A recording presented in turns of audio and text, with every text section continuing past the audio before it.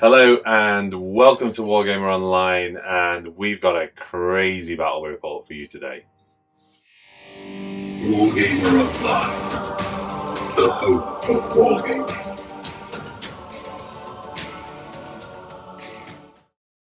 Before we get into the craziness, I just want to say thank you to everybody who's been supporting us over the last few weeks.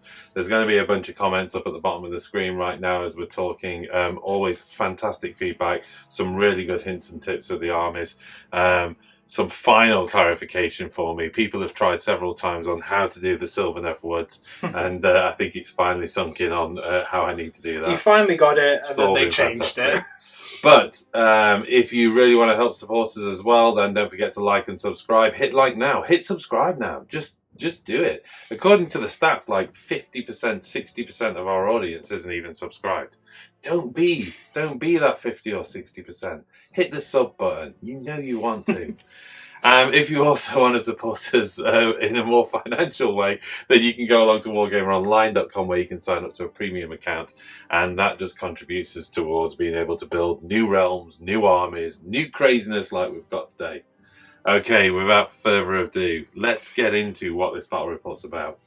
So, Jack, I mean, I'm Sylvaneth, and I'll talk about Sylvaneth in a bit, but what the nonsense is that? What is LOC Ascendant? So today I'm playing Legion of Chaos Ascendant, which, for all intents and purposes, is Chaos Undivided / Chaos Demons. Anything that's a Chaos Demon can be lumped into this army. And this is from Wrath of the Everchosen. Wrath of the Everchosen, yep, the expansion book. So I've got a bit of everything today. We've kindly, Luke has supplied us with a Khorne army. It's Luke via somebody else as well. Via one of his friends. Yes. Who painted them, and it looks beautiful. It is amazing. Saying that, we don't want to talk too much about it because we're going to do a special feature of that con. You've got some of the models. I was some of it, yeah. We are going to do an army showcase and a special feature and a big thank you as well, because it's just amazing for battle reports. So we'll come back to that and we'll save it for that video. Okay. Yeah, but I wanted to put these guys on the table, and I was kind of like, we don't have enough for 2,000 points, so what am I going to do? I was like, can I ally them in somewhere? And then I kind of thought, why not? I've got Nurgle demons, we've got Khorne demons, so why not make a Chaos Ascendant? And then I realised, of course, Vermin Lords are demons, so why not stick some Vermin Lords in there? Go for it. So it kind of turned into a big old monster mash army. You've got a bunch of Tree Lords, I've got a bunch of Greater Demons, and how fitting that we're on the realm of Grrr. So, if there's ever a time to just do big monsters fighting each other, it's now. And heroes are just insane. We're basically one command point. Yeah, we're always on the top always bracket. On the top bracket. Who knows how this game is going to go? It's definitely going to be a weird one, I think. Yep. So yeah, why don't we get into the armies, and then we'll have a look at that mission, the battle plan. Yep. And chat a little bit about the realm as well. Yeah.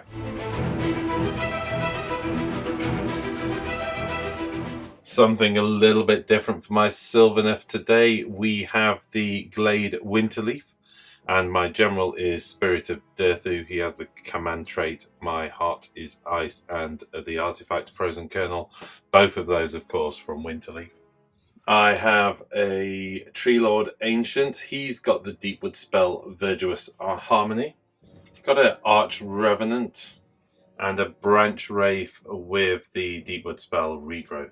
For my battle line, there is 3 sets of 5 Tree Revenants, 1 on each flank and 1 in the middle. 2 sets of 3 Kurnoth Hunters with swords, and a terrifying set of 6 Kurnoth Hunters with scythes. I also have the Endless Spell, Spike Swarm Hive, and the Glade Worm with me. That gives me a total of 2,000 points on the dot. For today's battle then, 2,000 points of Legion of Chaos Ascendant. Now, I'm just going to talk a minute about what this army actually is, because a lot of people might not realise it's a thing, because it was kind of a sneaky thing Games Workshop put into Wrath of the Everchosen. So for this army, you can include anything that's a Chaos Demon.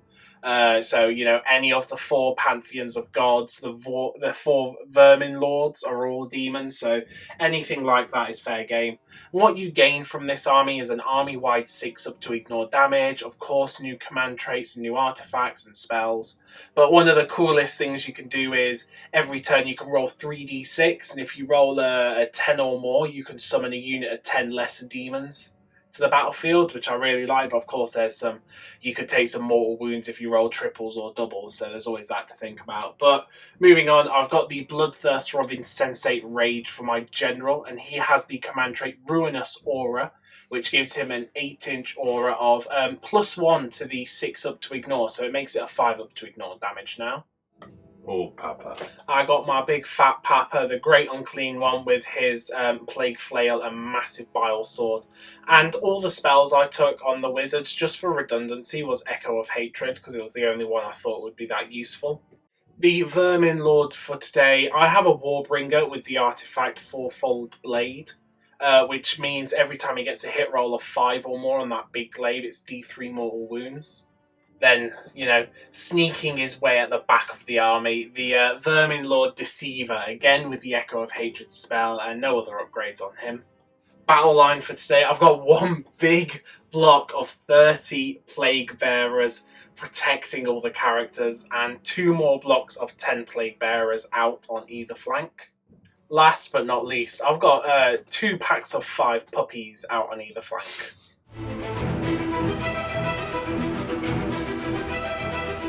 The battle plan today then is Starstrike. The way this one is played, you get 3 objectives that will be set up during the battle. So you set these up at the start of the second battle round. Before determining who has the first turn, set up 1 objective on the border between the players' territories. At the start of the third battle round, before determining who has first turn, set up 2 more objectives, 1 in each player's territory. Roll a d6 and refer to the map to determine where each one will be set up. So it will be 1, 2, 3 for anybody at home. The battle length is all just normal. You score victory points at the end of each of your turns for each objective you control. The number of victory points is equal to the number of the current battle round. So a player who controls 1 objective at the end of their turn in the third battle round scores 3 points. So it's quite important to get those points later on in the game. It's worth mentioning from terrain, I've dropped my Sylvaneth Wildwood here to fit it 3 inches away from all the terrain. I mean, the good news is there's no objectives there yet. But to make sure it was 3 inches away from all terrain, I've had to use 4 tree bases so I could make a long, thin forest. So there you go, that's where that is. And I'm going to call that my place of power. Who knows really where the objectives are going to land, so I'm edging my bets and going for the middle. Yep. The realm of battle today, then, as we said earlier, is Gur, the realm of beast. Gur. So the magic is wild form. Casting value of 5, pick a friendly unit within 12 inches of the casting. You add 2 to run and charge rolls for that unit, which will be quite good for you with your teleport-y shenanigans. You could get a unit on +5 to charge. That's quite scary. If I wanted to suicide bomb 16 up on this. The terrain features, so everything has deadly, in addition to any of the other rules. The realm artifact we didn't take, but it gives you reroll charge rolls. And the big one then, the realm command, the feral roar, means you can pick a monster wholly within 12 of a hero, and until the end of the battle round, when you look up the value of that model's damage table, that monster is being treated as suffered 0 wounds. That's which insane. is huge for Durthu, huge for the Khorne Greater Demon. Well, I'm sure there's going to be a lot of blood this Slightly game. problematic, because was there any commanding terrain this time? No, because we rolled and we're going on the first scenery table. Okay. Table A. So we have Arcane Piece here, which of course gives me +1 to cast. You'll notice that both my Tree Lord Ancient and the Rant Raper are within there. Full effect. We've also got, what is this? Mystical here. 6 up to ignore. And we've got a damned so over you can here. make a sacrifice to get reroll ones to wound. We had 2 pieces of arcane out on either flank. These 2. The middle one is sinister, so it's a sinister penumbral engine. Then I got damned, and this one we rolled for deadly, so it's just going to have deadly. And we're not counting the penumbral engine as a penumbral engine, are we? No. No, just a piece of terrain looking cool in the middle there. because it lines up so well with Yeah. that grid.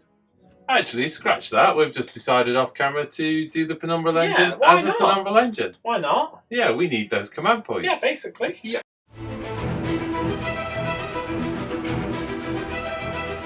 Okay, quickly covering deployment. To be honest, not a lot going off. I mean, I'm edging my bets on the three places that objectives are likely to fall. Also, giving myself relatively rapid access. The problem is you massively outnumber me in bodies, which is making it a challenging game for me. Revenants, as I said, on the flank. Backup Revenants back here. I've kept my wizards both near the arcane terrain feature. I also have a hero within 12 inch of the Penumbral engine for the command point. If it rolls a 4 or 6, we've got to determine that yet. True Revenant, two Swords. Kurnoth Hunters with swords. The big unit, a lot of this is within 6 inch. So the Tree Lord Ancient within 6 inch, the Arch Revenant, the Kurnoth Hunters, the Tree Lord, and Durthu, all within 6 inch of the woods, which I've got knocked about a little bit, but we did check and it can fit. Teleport options available to me for first turn Alpha Strike if you decide to let me. Oh wait, yeah, you go. You pick. Yeah, I get to pick. Whether I'd Alpha Strike a force like that, who knows? I mean, you could deal with the 30 Plague Bearers. Like, I have no doubt in my mind that 6 Kurnoth Hunters with like +1 attack would do a lot of damage against Plague Bearers. But you are throwing them away because then they just have like 4 greater demons just barreled out on them. And if I was going second, you could potentially think about it just from a point of view of the double. But if you could stampede going forward. first, and there being no objectives on the terrain, generally promotes safe play. Yeah. They're still a massive threat to you. So over to you. What did you do? I mean, well, I wanted to keep my greater demon safe. Can I just say, ridiculous. How fast are those hounds, by the way? I think they're only like 10 inches. They're not massive. Okay, not super fast, but they're not slow. So yeah, hounds on the flank, ready to grab the objectives if it goes mid. 2 units of Plague Bearers staying relatively far back so they can grab my backline objective, and then just the 30 Plague Bearers being a kind of smelly meat shield for the rest of the big guys. Don't want them getting Alpha Strike and caught out. I've no idea how this army is going to play. Oh, me neither. And I've no idea how I'm going to deal with it. I've kind of got some ideas, but no. Who knows how? Khorne, Nurgle, Skaven. Yeah, they're all together. And this is not the end of your army, isn't it? Because there are summoning options available I can to you. summon, but okay. It's not a big. It's not like not easy. It's not like I can bring another greater demon on. It's only like 10 little guys. But I think the weirdest thing is you've lost your allegiance abilities. And that's what I'm used to playing against. And now I'm like, whoa, what does this army do without all of that? Who knows? Yeah. Okay, let's get into the... Thinking about the scenario, I finished dropping first. I had less drops than you. And there's arguments for both me taking first turn and not. You know, if I take first turn, I could try and flood up and block as many trees as coming up as possible, block the mobility. But if I do that, then I'm just in charge range of your army anyway. You've got a lot of other ways of blocking mobility just by surrounding the trees. If I bring trees up... Exactly. So I think I'm better off playing for the double turn. If the Starstrike comes down and I get the double turn, then it can be quite brutal. If the Khorne Khorne Greater Demon can get himself in a good position and get a good charge off, then I mean, what I would love to do is just run him up there, get the first turn charge and roll like 4 6s and just everything takes 16 mortal wounds in an 8-inch aura, and that would be amazing. But fortunately I can't do that and it makes me a little sad. But I'm going to give you the turn. Okay. There's a lot of thinking gone into that, Jack. Alright, okay, great. Here we go then. Sylvaneth, turn 1.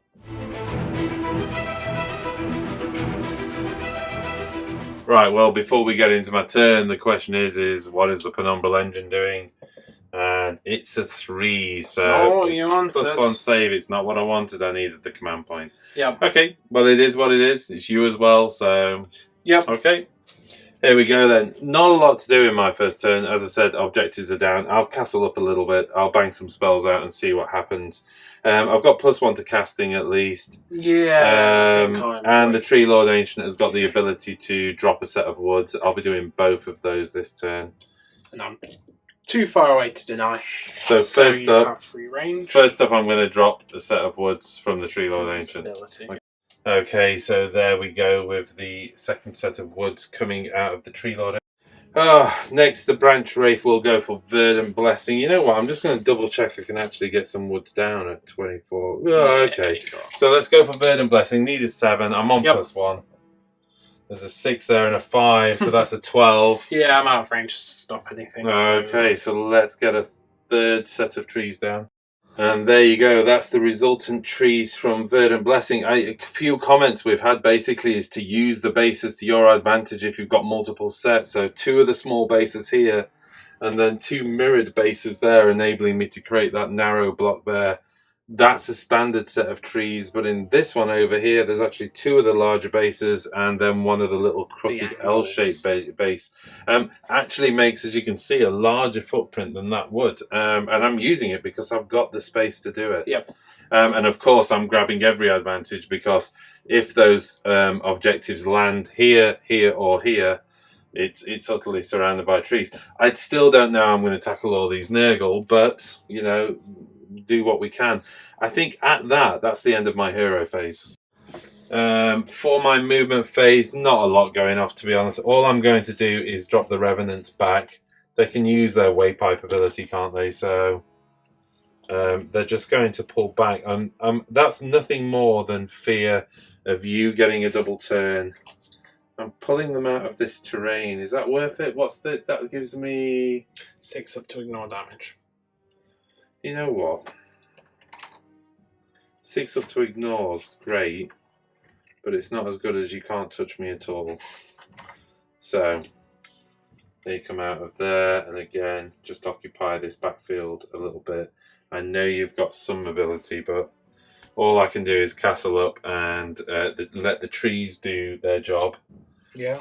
I could go for crazy ass Alpha Strike by teleporting a Tree Lord and the 6 Kurnoth hunters with scythes over there and just smashing into something. And maybe, in hindsight, that would be the thing to do because you would have to deal with them for a couple of turns while objectives are dropping down. Well, a couple of turns is... Yeah. It's one of those. Yeah, I've got so much power in these 4 models. Like, that's not going to go just away. Get all 4 of them piling into one unit. Then the Plague Bearers, you would have done what the Plague Bearers were there to do. They were there to die. Entice you in, exactly. Yeah. All right, I think at that I will call it my turn. Okay. There we go, Jack, into your hero phase. Yeah, I've got a couple of stuff to do. The Warbringer is going to put Mystic Shield on himself. And he gets it on a 4, 5, 6, 7. You're out of range to stop it. So Mystic Shield on the Warbringer. Then he's going to go for his Death Frenzy. On an 11, I get it. So D3 units.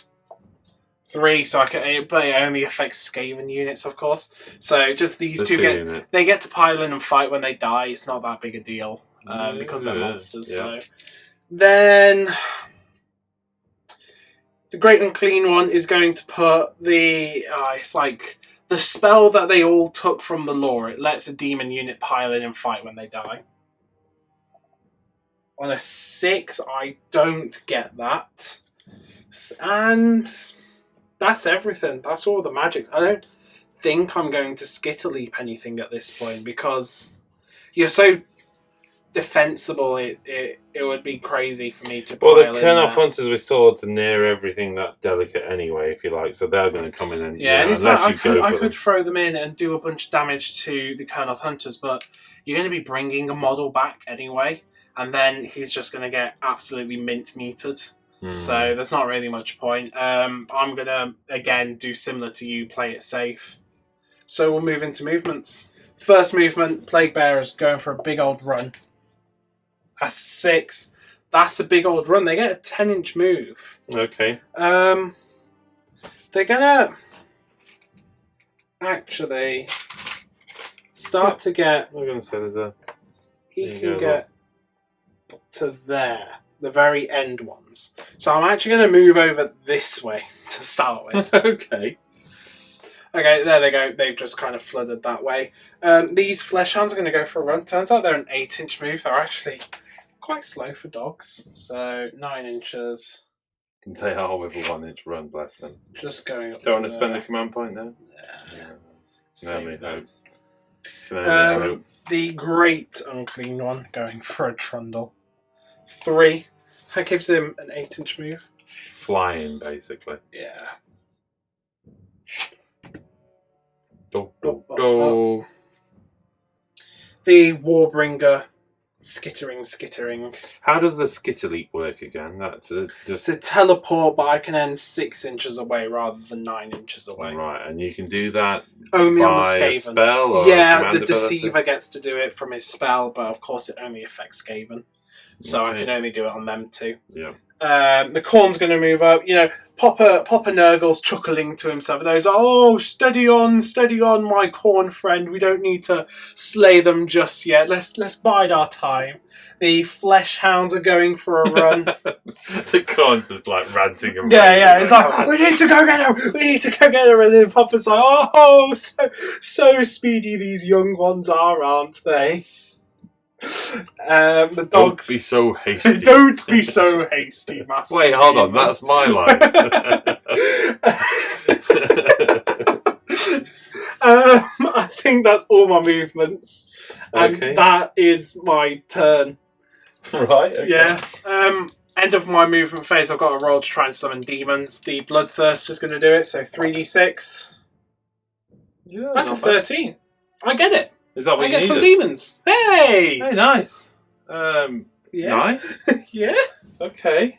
Where are you going to drop those? I think in this building here. Okie dokie. All right, well, that brings us to the end of a relatively uneventful turn. Yes. But, Starstrike, it's common. Just Yeah. eye your opponent up. Unless you've got the ability to massive alpha strike, there's not really much point in going nuts at this stage. Yeah, that was interesting. Yeah.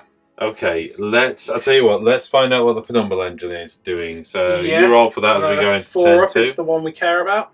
Nope. No, it's a 3. Still staying there. I am Okay. gutted. Let's go into roll off for turn 2. Okay, so here we go. But actually, before we get into roll off, we need to decide where the central objective is. This is a D3 and it's 1, 2, 3, because player A, player B, that's Yep. how they're numbered. Here we go. That's a 3. So it drops down right over here. Wow. Okay. Okay. Is that good or bad? Well, the Plague Bearers went to the shift over to the right, so they got a bit Are we hasty saying there. good? Yeah. Okay, let's get into roll off. Here we go, the all important roll off for turn 2. I don't like how you wait for me. He does it every time. Does my head in. We reach for the dice tray. Yeah. And he What just- have I got to beat? From now on, we're doing it on a count of 3. Oh, really? You've won the roll off. Oh. That's terrible news for me. Yeah. Is it? What do I do? Well, yeah, because you can get over to the I objective now, can and if start not, grabbing the objective, Yeah. but it's one of those. I'm not going to be able to get in combat with you this turn. no. But you're going to be able to get into combat with me this turn, even if I go first or go second.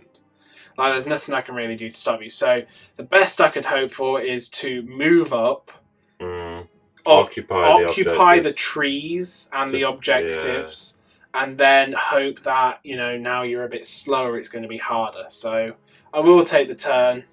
It does leave me open to maybe getting double turned by you, but I think it's a risk I'm going to have to take. So yeah, I'll take Okay. the turn.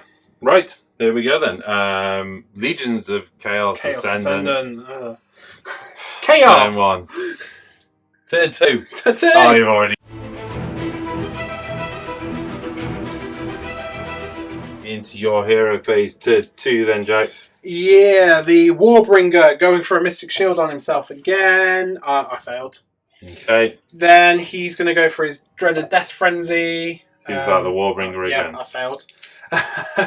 The Deceiver going for I think it's like Echo of Hatred, gives them pile in and fight when they die on the Plague Bearers, and I failed. What? Do you want me to go first? You know what that is? That's karma. Yeah, for that's holding karma back for on rolling that. you. Yeah, that's my magics. So, Really? yeah. Does the corn got any? Does the corn? Yeah. Okay, Jack. Not the most successful hero That's phase one way ever. to put it. The Plague Bearer is going for a big old run. Oh, I need to get those little legs moving. You've got 3 command points. Come on. You can spend command points. Do I need it though? Like what? I'm going to get a 6-inch move. 12 would put you... Slower. Yeah, you are 12 and a half inch from So the that would centre give point. them a 10-inch move. Yeah, I'll spend 1 command point. Okay, giving them a 10-inch move. I mean, Yeah. 4-inch move then. They're not the fastest dudes in the West, are they? Well, they are kind of falling apart in this. Yeah. It's kind of good that it's cold around here. Because you haven't got the feculent Gnarls, which gives you the run and charge. Yeah, which gives you the run and charge. And it was actually something I was thinking about, because I was like, if you take Horticulus in this army, you can still place a feculent Gnarl.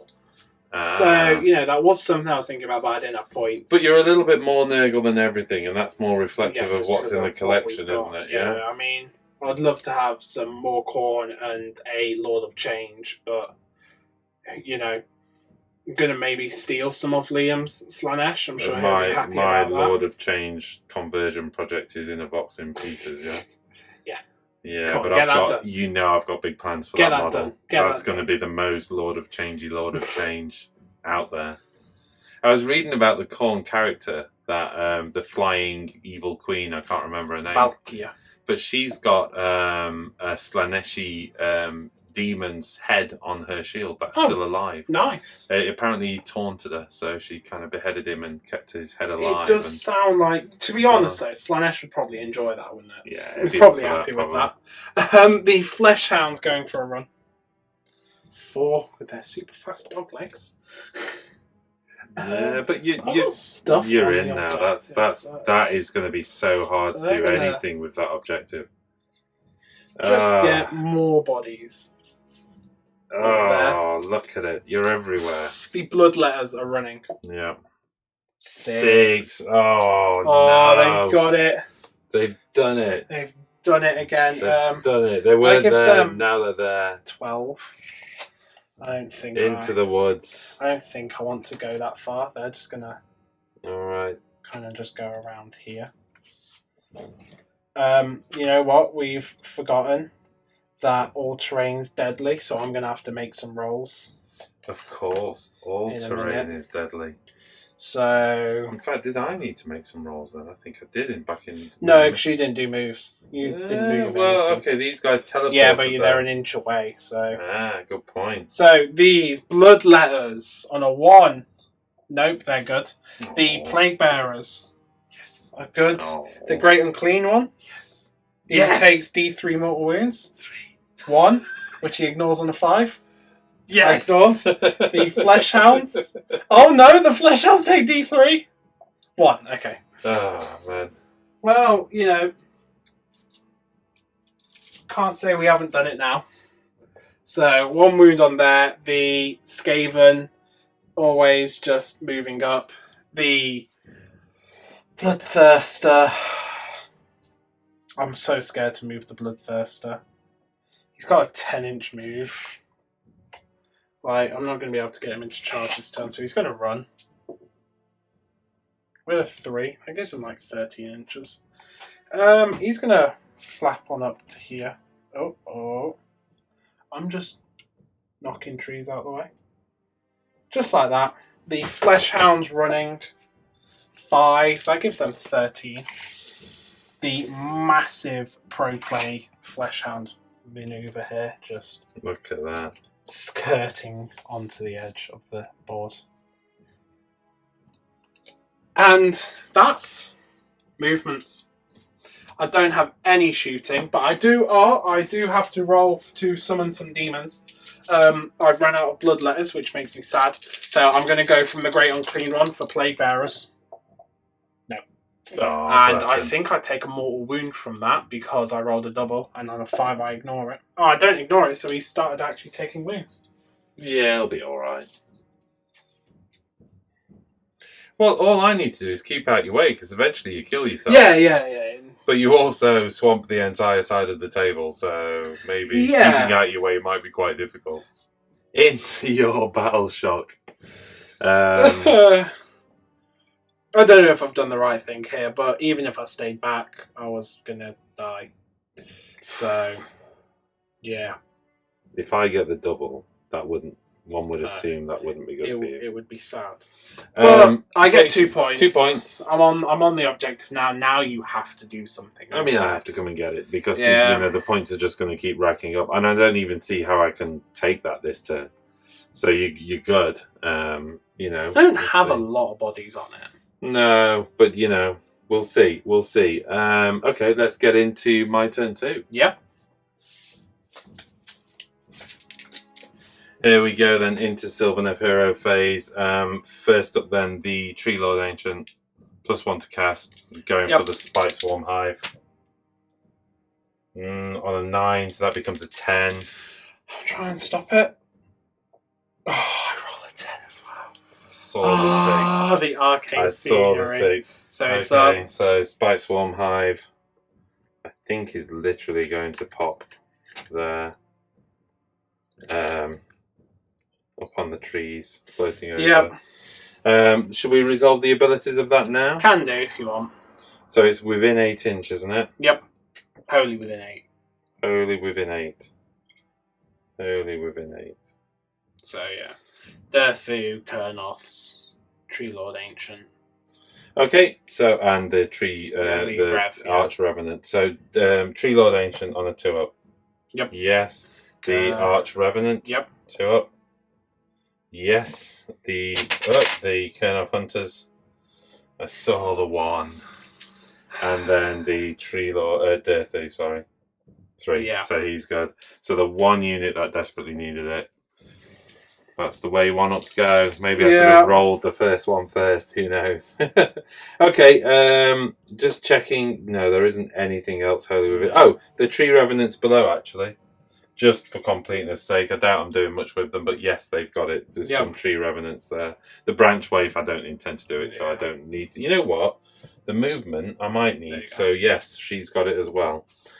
Okay, next up then, the Branch Wave on +1 to cast is going to go for... and it's gone from me. Rouse to Wrath. Oh, right, okay. Okay, so 10 Dryads. Okay. Not Rouse to Wrath. Is it? Yeah. 9, becoming a 10. Don't stop it. Okay, so that's 10 Dryads. More than 9 inch away from you and within an inch of the Wildwood. So I think I can get 10 over on that side of the woods there. We'll get them in place. Okay, right. Well, at that, the 1 on the Kurnoth Hunters basically changed my entire turn. Yeah, it's not ideal. So it's not ideal. And, I've debated in my head 2 ways to go. One is to throw them in anyway. I had the Realm spell, so I could have put them on that and tried to throw them in. They'd have still needed a 7-inch charge. Could have gone off, could have not gone off. Yeah. And they'd be out there on their own. So in the end, I opted for shielding them with 10 Dryads, just making it as painful as possible for you. The Vermin Lord's not having fly. So I'm going to have to do a bit of a crazy play, really. I'm going to have to shield a little bit with the Revenants because I know you've got Skitterleap. And I know I'm going to lose a bunch of points, but I'm having to play for the double. It seemed to be the only sensible thing to do. It's one of those. Not scoring in the first couple of turns, you can get away with in this scenario because you get more points later on. Yeah. It's always one of those, in the scenarios where it's kind of the same throughout the whole game, then it's a bit more like, if you miss those first 2-3 turns of points, then you're really behind. But with this, you can make it up. It's not too big a deal. Yeah. Okay. Well, I'll tell you what, let's go into my movement phase. I've still got some shenanigans I can pull off. And let's see what I can do. Yep. Okay, first things first, Derthu uses his ability to go through the woods and goes 9 inches away from the Corn Demon. Okay, given that the Spite Swarm Hive has given him a +3" charge. He needs a 6" charge to get into you. Okay, what I'm going to do with the tree revenants is I'm going to actually move them out a little bit further to try and block off, or at least push you out even further with your skitter leap. So let's try and fan out as much as possible. Like that. And again, these actually do their teleport at the end of movement. The only other thing to do is the Batrep, which is on a +3" move.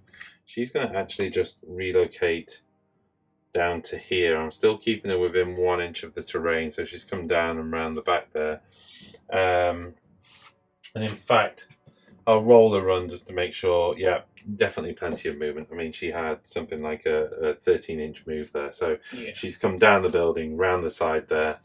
And the reason being is I'm running out of places I can summon forests. So I need her within 12 inch of a woods. I don't think it's going to give me enough, but see if I can take it to the maximum of 1 inch from the terrain. Okay, these Kurnoth hunters using their 5-inch move, they're advancing up basically. Again, it's none of this I accept is ideal. But if I get the double, I want to be closer to the enemy. Seems to make sense. Again, these Kurnoth hunters as well. They're going to come through this terrain here just to start to move in.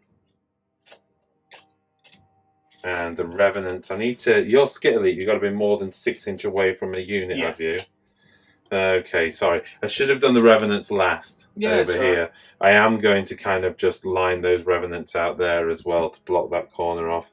Kurnoth hunters don't really need to do anything at the moment. They're just moving around a little bit. So I've also moved the Arch Revenant forward, and he's, just outside of 9 inches to the Greater Demon of Khorne. The idea being, of course, I can grant additional attack to Durthu when he goes in. Right. You know what, Mr. Tree Lord? You are...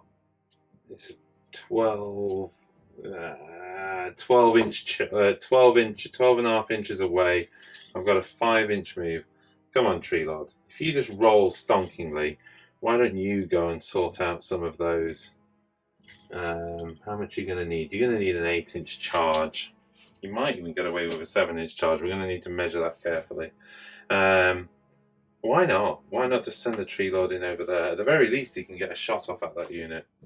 Okay, and last but by no means least, the Tree Lord Ancient.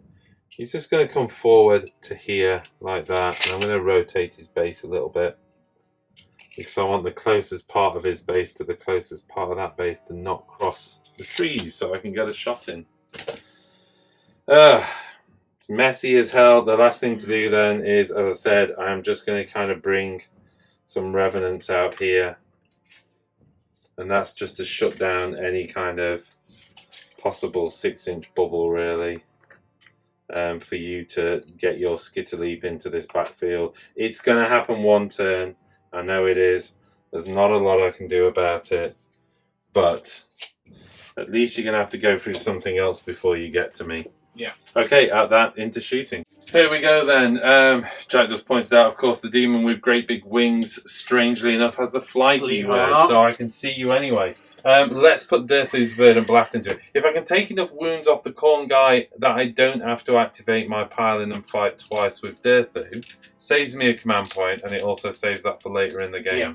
So, and also if I miss the charge, then I'm in real trouble anyway. 6 attacks, hitting on 4s, wounding on 3s. Yep. Okay, so that's 3 hits. Wounding on 3s. Okay, 3 wounds at -1 rend. 5 of armors. Didn't make any, so that's 3d3. 3d3. That's 1, 2, 3, 4. Okay, I get 6 up to ignore from Legions of Chaos, and his command trait gives him +1, so 5 up to ignore damage. I ignored 1, so I take 3 wounds. I'm going straight in now with the Tree Lord Ancient, same target. He's got 1 attack, and he hits on... I'm just double checking actually, the Doom Tendril Staff does indeed hit on a 2. And then 3's to wound. So he wounds at -1 rend. Saved. Ah, Damn, that d6 damage would have been good. Okay, strangle roots from the Tree Lord into the unit of Plague Bearers. 30 Plague Bearers. Yeah. -2 to hit in shooting. -2 to hit, but I am 2s to hit at the moment, so taking me up to 4 to hit. Okay, so that's 3 hits. And on 3s to wound, 2 wounds. -1 rend, doing 1 damage. 6 palmers, 5 up to ignore. 1 dice. Here we go. Derthu, needing a 6 charge. Survive. Using a command point, we go again, and this time it is indeed a 6. Exactly what he needed. Extremely lazy of him. Yeah. Oh, it's all pointy models and everything, but we know what we've done. Yep. Okay, next up, needing, I think it was an 8-inch charge, possibly a 9. The Tree Lord. Okay. And double 2'd it, double 1'd it. Yeah. Yeah, I'm going to burn those dice. Stumble. The Kurnoth Hunters needing, I think, something like an 11. Kurnoth Hunters with swords, they get a 5, so they're going nowhere. At the end of charge phase, before we go into combat, you've got a whole bunch of units, so why do the roll at you? You do it, why not? Oh, talk me through the units. Looking for a 6. Oh my goodness, 6. D3. D3 more wounds. 2 more wounds. 5 up to ignore. 1 dice. Okay. The Bloodthirster. Bloodthirster. On a 1, he's good. The Plague Bearers. Plague Bearers on a 6. Oh, it was a 6 for a second. The Great and Clean one. Great and Clean one. Oh, a 6 again for a second, but rolled to a 2. And then the Flesh Hounds. Yep, they're good. Okay. Here we go into combat. I'm going to activate the Frozen Kernel. I can't leave this thing stood up there. Yeah. And in theory, the first attack could kill him. But if I fluff the rolls, I can't leave a Khorne Demon, because you can spend a command point basically and just have him fight at top bracket. I need Derthu on full strength, so I need nothing attacking him back at this stage, especially if I go into a double. So there we go. I'm not going to. I moved the Arch Revenant up to be able to give him an extra attack, but because I'm activating twice, there's no point spending the command point for that. Yep. I have 5 attacks because of proximity to the woods. Hitting on 3s, 6s, And an additional hit. Okay, so that's 2 hits.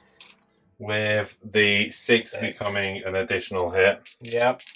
And then 3s to wound. All wound at -2 rend. 6 up. They all go through. So that is 18 damage. Probably enough, even at that, but, you know. 5 to ignore. Yeah, he's gone. He's gone. Yep. Yep. Well, you know, I had to spend it because even 1 wound left would have been too many wounds left. Yep. Okay. Okay, going into my battle shock. I should state, even though I acted as the Frozen Kernel, of course, he needs to be within 1 inch of an enemy unit to use it again. The tree was in the way, so even if I'd have used piling in some way, the tree stopped me getting within 1 inch of those. It would have been fantastic if I could have followed up and then, you know, had the option to do the second attack, but it just wasn't possible. So at that, I don't score any points, but I've removed a demon. Yeah, a pretty tough demon. Well, that's pretty much your biggest threat, right there. You could have done a lot of damage. I'm lacking a lot of damage now. He was the most. I might have got the Vermin Lords, I guess, but yeah, with the Skitter Leaps, which made them portable for sure. Okay. Let's go into roll. Well, actually, also need to do... I've got battle shocks because my demons they can't run, but on a 1 I get the dude back. So the Bloodletters, he comes back. The Plague Bearers, no. Okay. So the Bloodletter comes back. That's cool. And maybe before we go into turn 3 roll off, we also need to work out where the Starstrikes take place. Yep. Rolling for each of our own. This is 1, 2, 3 on a D3 coming on my side. I get 3. It drops down on this side of the table. I get also 3. Oh, shebang. There we go then, folks. Roll off for turn 3. I did have the same rolled time. together. I got a 6. I got a 5. It doesn't matter when it rolls.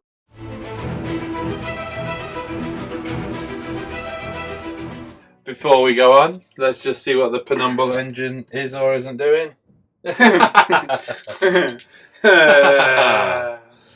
Okay. Rightio then, my hero phase, I think, is pretty simple again. Dirthu's created a problem. I need to deal with that now. So my plan of doing the super cool Skit Elite combo, try and knock something out on the side flanks is now failed. Stop it a little because bit. I need to deal with him. So I'm going to start off with Dreaded Death Frenzy from the Warbringer, just in case. I get it on a 7. You can try and stop that if you want. It's not a big one. It will allow them to play in and fight if they die. Yeah, it's fairly big, but how many other spells have you got? I've got 5 more. They each can do 2. Well, they're probably not going to die, so push on. Okay. Both of them. Did they both get that? Sorry. Well, D3 units. So 2. So 2 okay. Skaven units. Okay. Yep. It'll be them.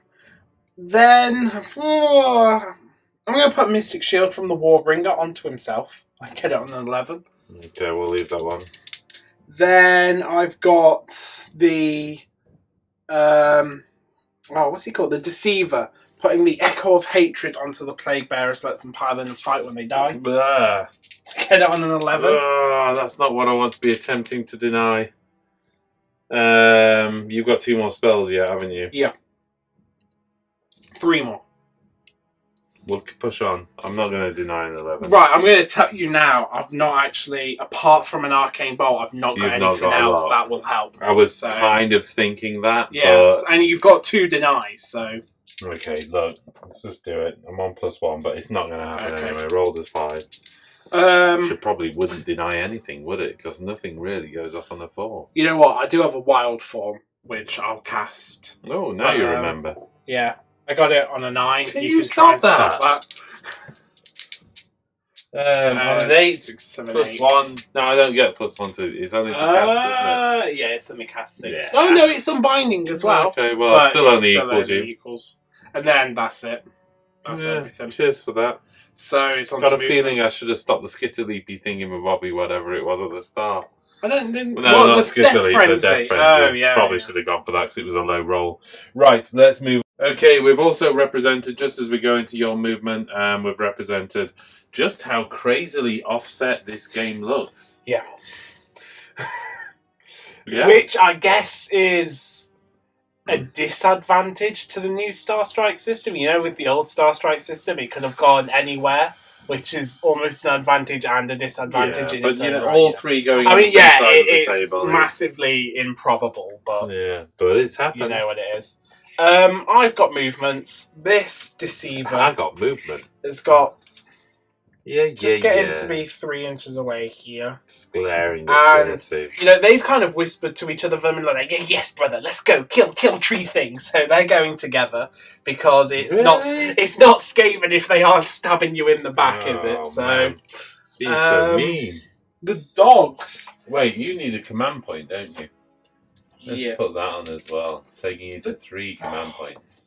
The dogs, I'm going to struggle with the dogs because I can't just take that objective from you.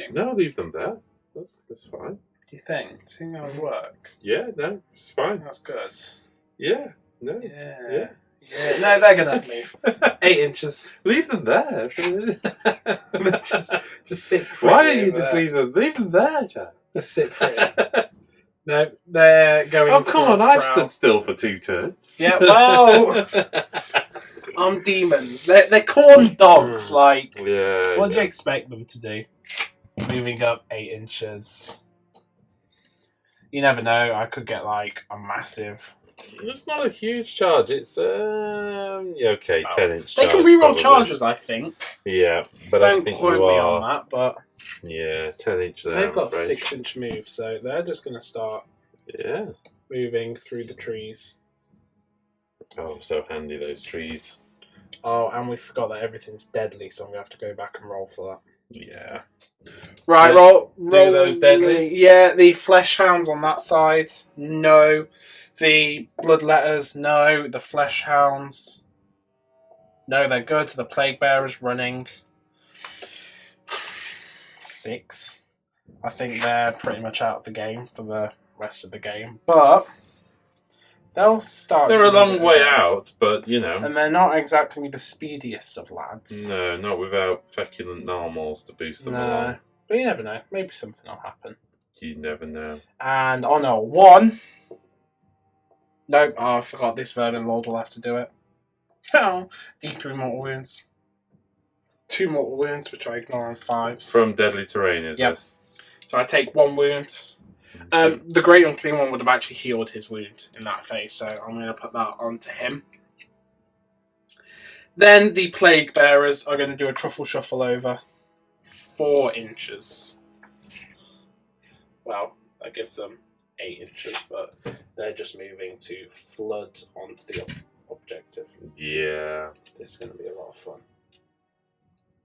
Got a feeling I really needed this turn 3. Feel like I'm in big heap trouble now.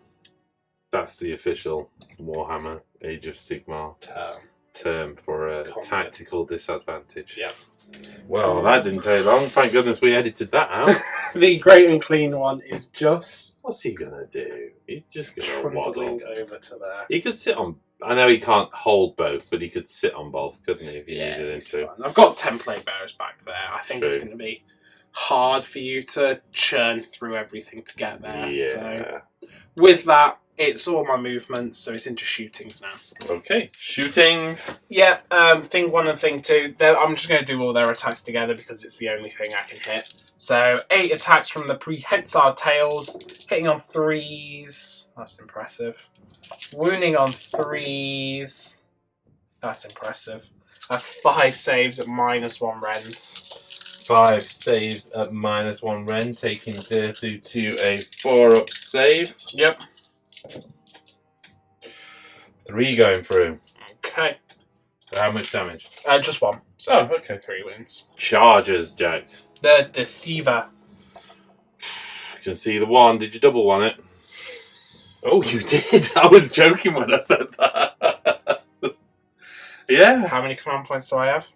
None. You ran out, I'm afraid. You've got 3. 3 command I'm going to have to spend 1 because... Well, you are. If Dirthu gets the stomp, not to go Dirthu gets the stomp, so the Deceiver. I can see it too. Okay, he's you're in.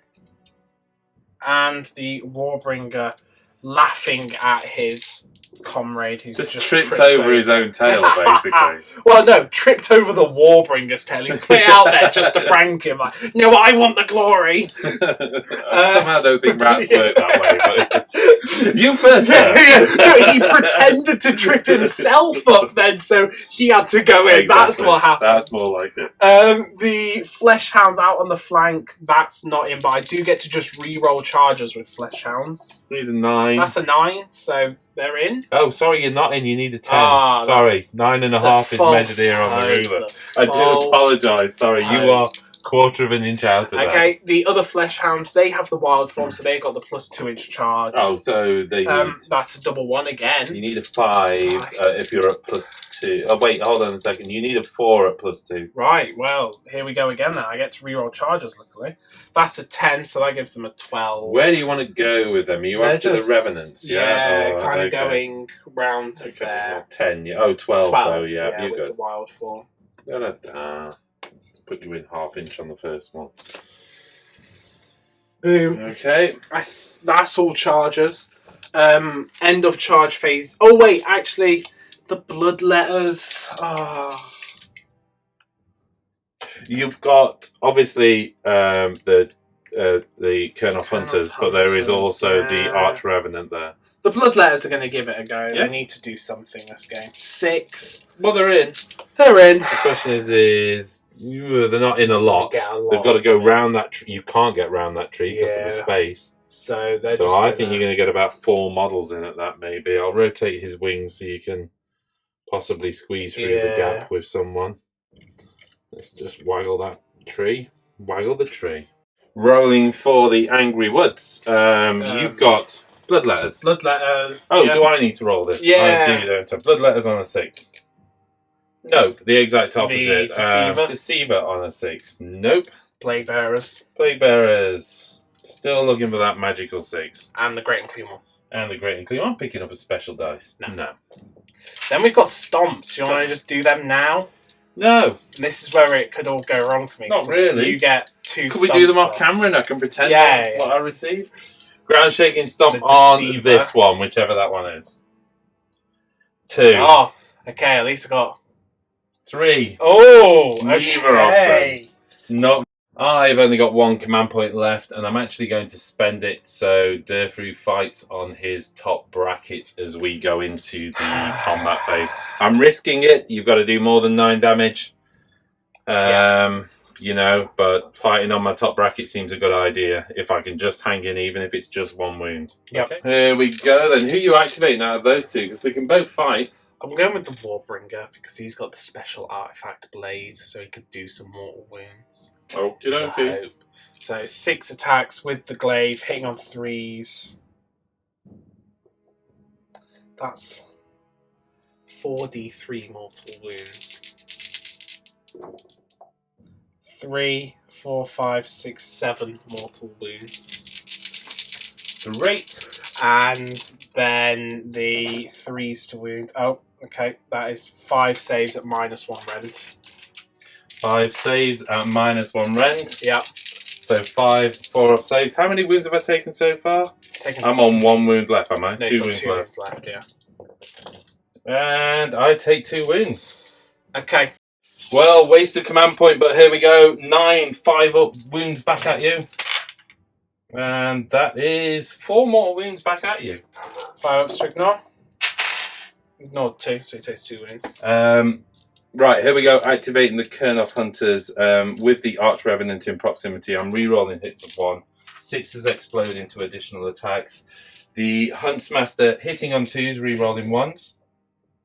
And re-rolling the 1. That goes through, and that it goes off into 5 hits from the Huntsmaster.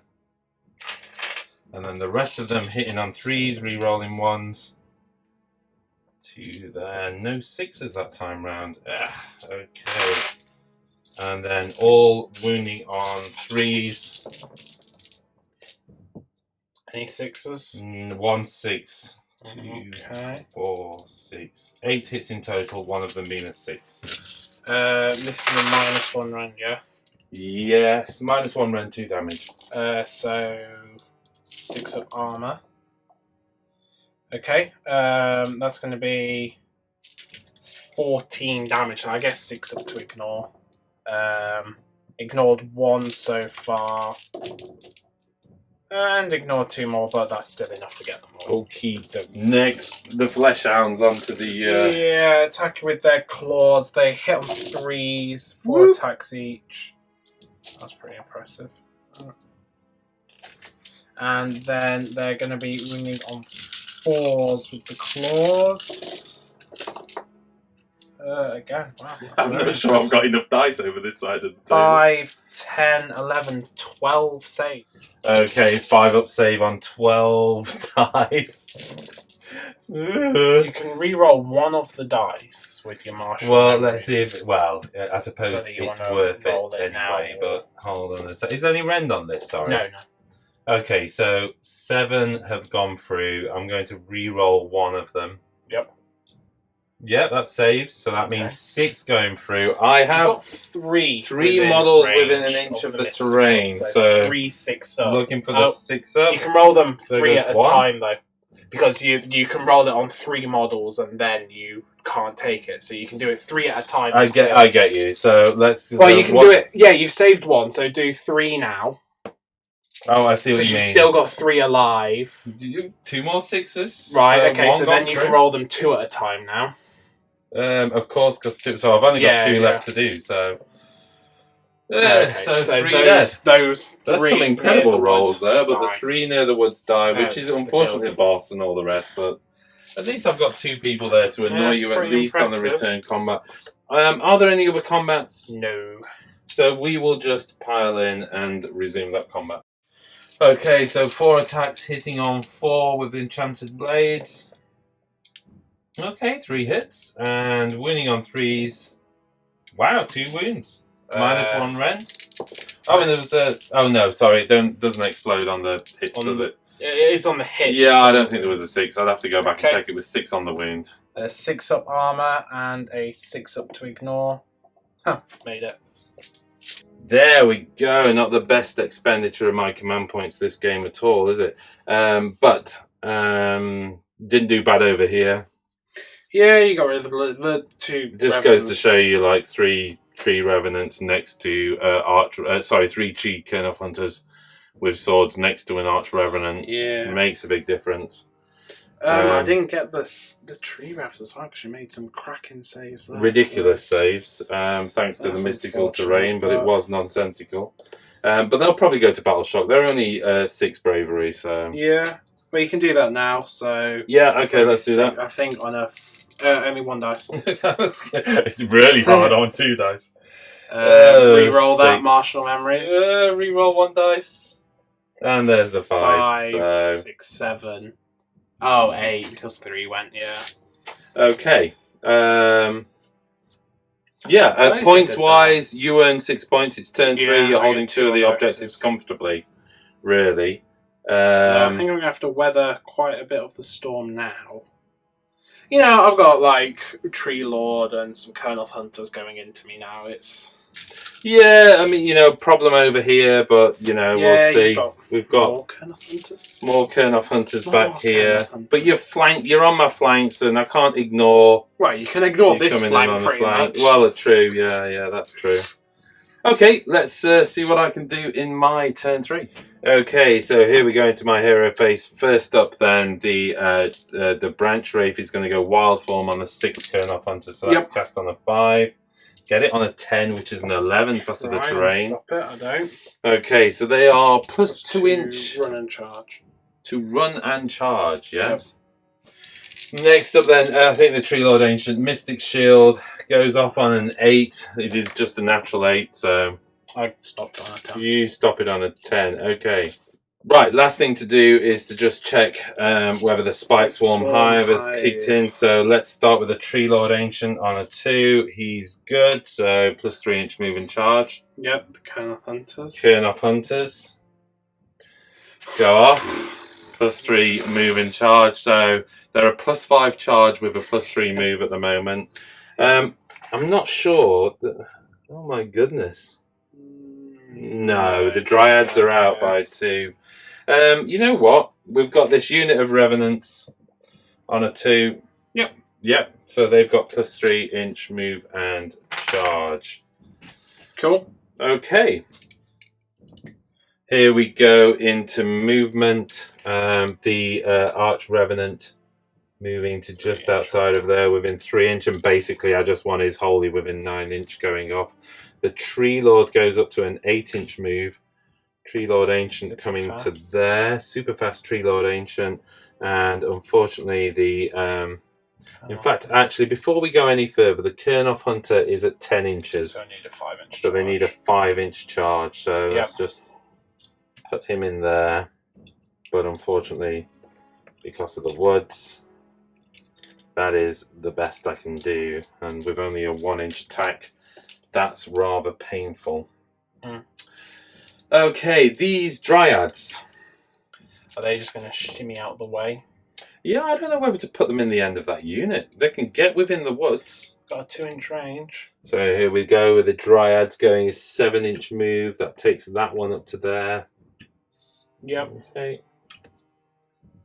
And I'm probably looking at something, well, actually, depending on which direction I go, anywhere between a 4 and 5 inch charge over there. So it's not a terribly unhealthy move by any means. Unfortunately, the Nymph is at the back, but 2 inch range. 2 inch range. Never too shabby. Trees are getting knocked around all over. Need some way of magnetizing these things so they like cling to each other, don't they? You know I'm going to invent that now, don't you? Okay then, the Tree Lord over here. 5 inch move. It's going to go, I don't know whether to bring him to this side of the tree. Probably just to make more room for the Kurnoths, exactly. I don't want, the problem is I don't want to drag. Yeah, I can do it. I can still touch base with those and not drag your big guy in. Now the Kurnoth Hunters then, I've got a 5 plus 3 inch move, so an 8 inch move going straight through the woods takes me to there. Looks like a 4 inch charge and I'm on plus 5. I'm so tempted to do more with them, but the 5 is going to be really helpful in just getting everybody over there. If I can stomp and shut that unit down as well and get all of these units attacking, then that would be fantastic, but it's probably not going to happen. Because 50-50s always scare me. The Dryad moves back into this building, and the last thing to do is these 2 Revenant units coming back here. There is one more movement. You know what, they're fine there actually, but it's alright, you can move them around. Yeah. Okay then, I was going to move them kind of like that, because I'd rather try and tag the end of the unit just to really make life unfortunate for you, but okay. And then these guys coming back here again, if nothing else, to create a bit of a Skit Elite bubble, but we'll just have to see what happens. Pretty much puts them out of contention. Those Plague Bearers, you never know, could bridge the gap. What I definitely need to make sure is those Revenants are within 8 inches for next turn. That's my main focus, because what I'd like is the +3 charge off of those guys, so I could possibly lead to threatening your back objective. Okay, at that we're into shooting. Here we go with shooting. I am going to target... that one's on 2 wounds. That one's on 1 wound. Yep. Is there any difference on save between the 2 of them? No. Okay, let's go for the 2 wound one. If I can push you down a bracket, at least make you spend command points to fight on your top bracket. So this is 2s to hits with the Doom Tendril Staff. I do indeed hit, and then 3s to wound. No, I fail the wound. That's only 2 shots I've done with that, and both times. 5 attacks from the Tree Lord. Strangle Roots. Do I want to... You know what? If you do that, you can make me... Right, Strangle Roots into these guys. Okay. Okay, because if you take those 2 off, I have to drag your Great Unclean one in, and I really don't want to do that. I could put the Strangle Roots into the Unclean one, but you know what? Let's make life on these. Less attacks back at my dudes, because you may be activating ahead of me. So hitting on 2s with the Strangle Roots. 1-6 there. Oh no, that's only melee, sorry. And then wounding on 3s. That is 2 wounds minus 1 rend, doing 1 damage. 6 up armor, and a 6 up to ignore. Saved it. Okay, dogs are good. Here we go into charges. First up, these Kurnoth Hunters with swords, looking for 5. They get a 10. Oh, that's definitely... That's nice and healthy. I might actually come round here so you can't hit me with... That's kind of the max you can go. Oh, of course, because of the tree. So, you know what? I'm just going to have to do that, aren't I? The Tree Lord Ancient, I think he's on a +3 inch charge anyway. I've rolled 1 dice just to be cocky. He's good. Wait a second, I do want the Stomp though. Yeah, he's 3 inches. Good point.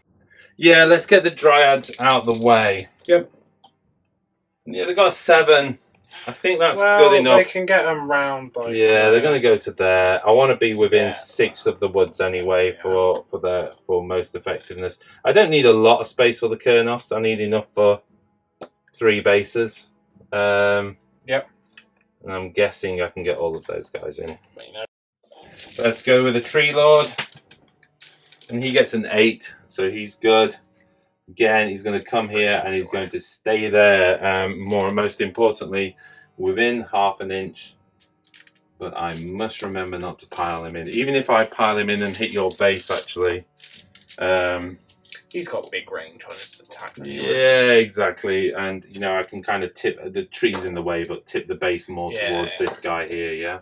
So you'd at least have to remove 3 or 4 models, but, you know... Okay, and then next up, the Kurnoth Hunters, I think, are on a +3 inch charge. So they're on +5, so yeah, you know, that seems enough. And then finally charging these Kurnoth Hunters to defend this flank. That's a 7. So again, I'm going to come round here and I'm just going to put all 3 models at this end. I still want to be within the range of the attacks. I just want to reduce down what you can get back from your pile in. Yep. Should we roll for trees then? No, I don't really want to do roll. this. Well, yep, trees then. Deceiver. So Deceiver on a 6. No. Plague Bearers. Plague Bearers on a 6. No. Great and clean one. Unclean 1. No. Trees. Trees. Using the Blood Bowl dice. Ground Shaking Stomp from Tree Lord Ancient into the closest guy first. Yeah. 6. He's fighting Deceiver. last. Deceiver. 2. He's activating. Plague Bearers. Plague Bearers from the Tree Lord. 6. They're fighting last. Okay. Okay, that helps. Command points. Do you want to give a unit +1 attack? Yeah. Originally, I'd put the Revenant over there, but of course, I can pass on the command ability from the Relevant through the Kurnoths. Now you've seen where you're activating. Because the Plague Bearers are going last, you can kind of bank on the other 2 units, bringing them down below 10 to remove the -1. So all the attacks from the Kurnoth Hunters are then at the 3s hit instead of 4s hit, which means over here you need as much as you can to try and remove him. That's what it feels like. So into those Kurnoth Hunters then seems to be the way to go. Cool. Okay. Right, activation. Here we go then. I am activating the Kurnoth Hunters. I'm obviously everything's going into this guy. If I can remove one of them. They're on +1 attack. Yep. Bosses hitting on 2s, re-rolling 1s. 6s explode out to an additional attack. So here we go. Bosses hitting on 2s. 2-1 so far. That was a 4 actually. So let's just re-roll those 1s. Any 6s? No 6s. So that's 5 hits so far. 10 and others. 10 attacks from the others. 3s re-rolling 1s. 3s re-rolling 1s. Oh my goodness, there's 1 6 so far, but the rest are 3s. Okay. So that gives me 1 extra attack. I'm going to take those away, and then I've got 2 re-rolling 1s. That's 2 6s, so that's 2 extra 4 more hits. attacks. Oh my goodness. 2 extra attacks, so 4 more going through. And this is 3s to wounds. 6s to wound. generate a mortal wound. 6s mortal wounds. There we go with 3s. Okay, that's 1, 2, 3, 4, 5 mortal wounds. There's another 6. Oh, you've got it. 6 mortal wounds. Take the 2s and 1s out.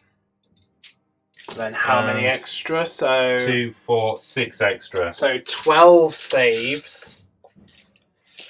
12. These are -1 range. -1 range, yeah. So this is 12. 5-ups. I made 3. So it's going to be 9, which is going to be 18 damage, plus the 6 mortal wounds is 24. Do you need damage. some dice? Well, I've got 12 here, so I'll just roll the 12 twice. Okay. 5s to ignore. Ooh, 1, 2, you could have had better. 5. Wow, that's actually above average. So that's 7 I meant so for you, far. though. Yeah. 7, 8, 9, 10, 11, 12, 13. Yeah, he's gone. But he can fight, and as he dies, yeah? Oh, yeah, because he does have the spell on him, but he will be fighting on his lowest bracket. Can you spend a command point even though he's dead? I could have at the start. Oh, of course it's at the start of combat. But it's okay. Oh, man. Okay. I think, so with 10 plus wounds, the 6 attacks with the Warp Stiletto, I'm going to be hitting on 3s. This is into the Kurnoth Hunters. Yeah, of course, yeah. And then wounding on 4s. 2 saves at -3 rank, so I think they just go through. Yeah. Because they're 4 up armor. They're 4 up armor, so that just goes through. 2d3? Only 3, so 3 wounds. Oh, still haven't killed everybody. Okay. 3 flesh hounds fighting to the rear. 3s to hit. After piling, of course. And then 4s to wound. This is going to be 3, 6, 7, 8 4-up saves. And you can actually put them on the dude near the terrain for the 6 to ignore as well. But oh yeah, but let's do the saves first. Yeah. So 8 4-ups. And that's 1, 2, 3 going through. 6-ups to ignore. And I can just roll all 3 6-ups to ignore, can't I? Oh, it rolled off a 6, but all 3 going through. Okay. And then, I mean, it's just all your stuff That has now. to be on my boss as well, because I chose the wounds to go there. Given everything else is fighting last, I might as well go with these Kurnoth hunters. So first up, the Huntsmaster, hitting on 2s. Yep. 6s explode to an additional hit, though, so he gets 2 hits. And then... 3 ones. Yeah. And then again, hitting on 3s. 2 misses, but 1's a 6, so we gain 1 back there. And then wounding on 3s. Yep. Oh my goodness me, that's horrible. There is 3 mortal wounds in there. Okay. 4, 5, 6, 7, 8 saves at -1 rend. 8 6-ups. Wow, Well, I've saved done the mortal 3. wound jobs there. Yeah, good go.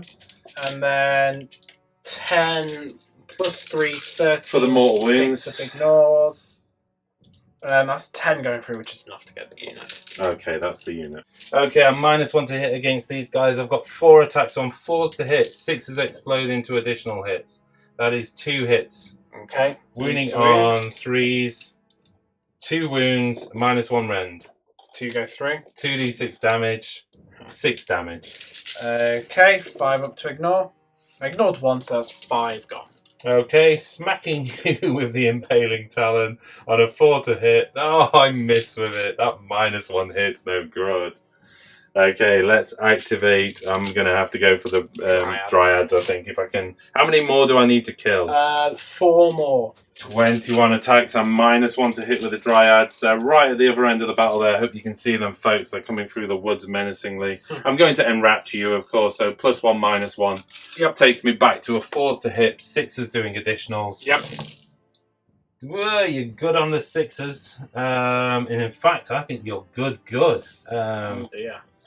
Not a great roll. 21 dice and not 1 6. Somewhere a dice god is laughing at me. And then 4s to wound. I made up for it on the wound, but 2, 4, 6, 7 wounds. You've got to just... 4 dead. I need 4 dead. 5 up armor. 5 going through. No! And then 5 up Can't to ignore. look. Oh, and 5 die, so you've got 5 die. You've got it. Okay, right. Here we go then. Excuse me, voice is breaking. The Huntsmaster from the Kurnoth Hunters then. I am hitting on 3s. No rerolls. Yeah, no rerolls, yeah, but 6s explode. So Huntsmaster hitting on 2s.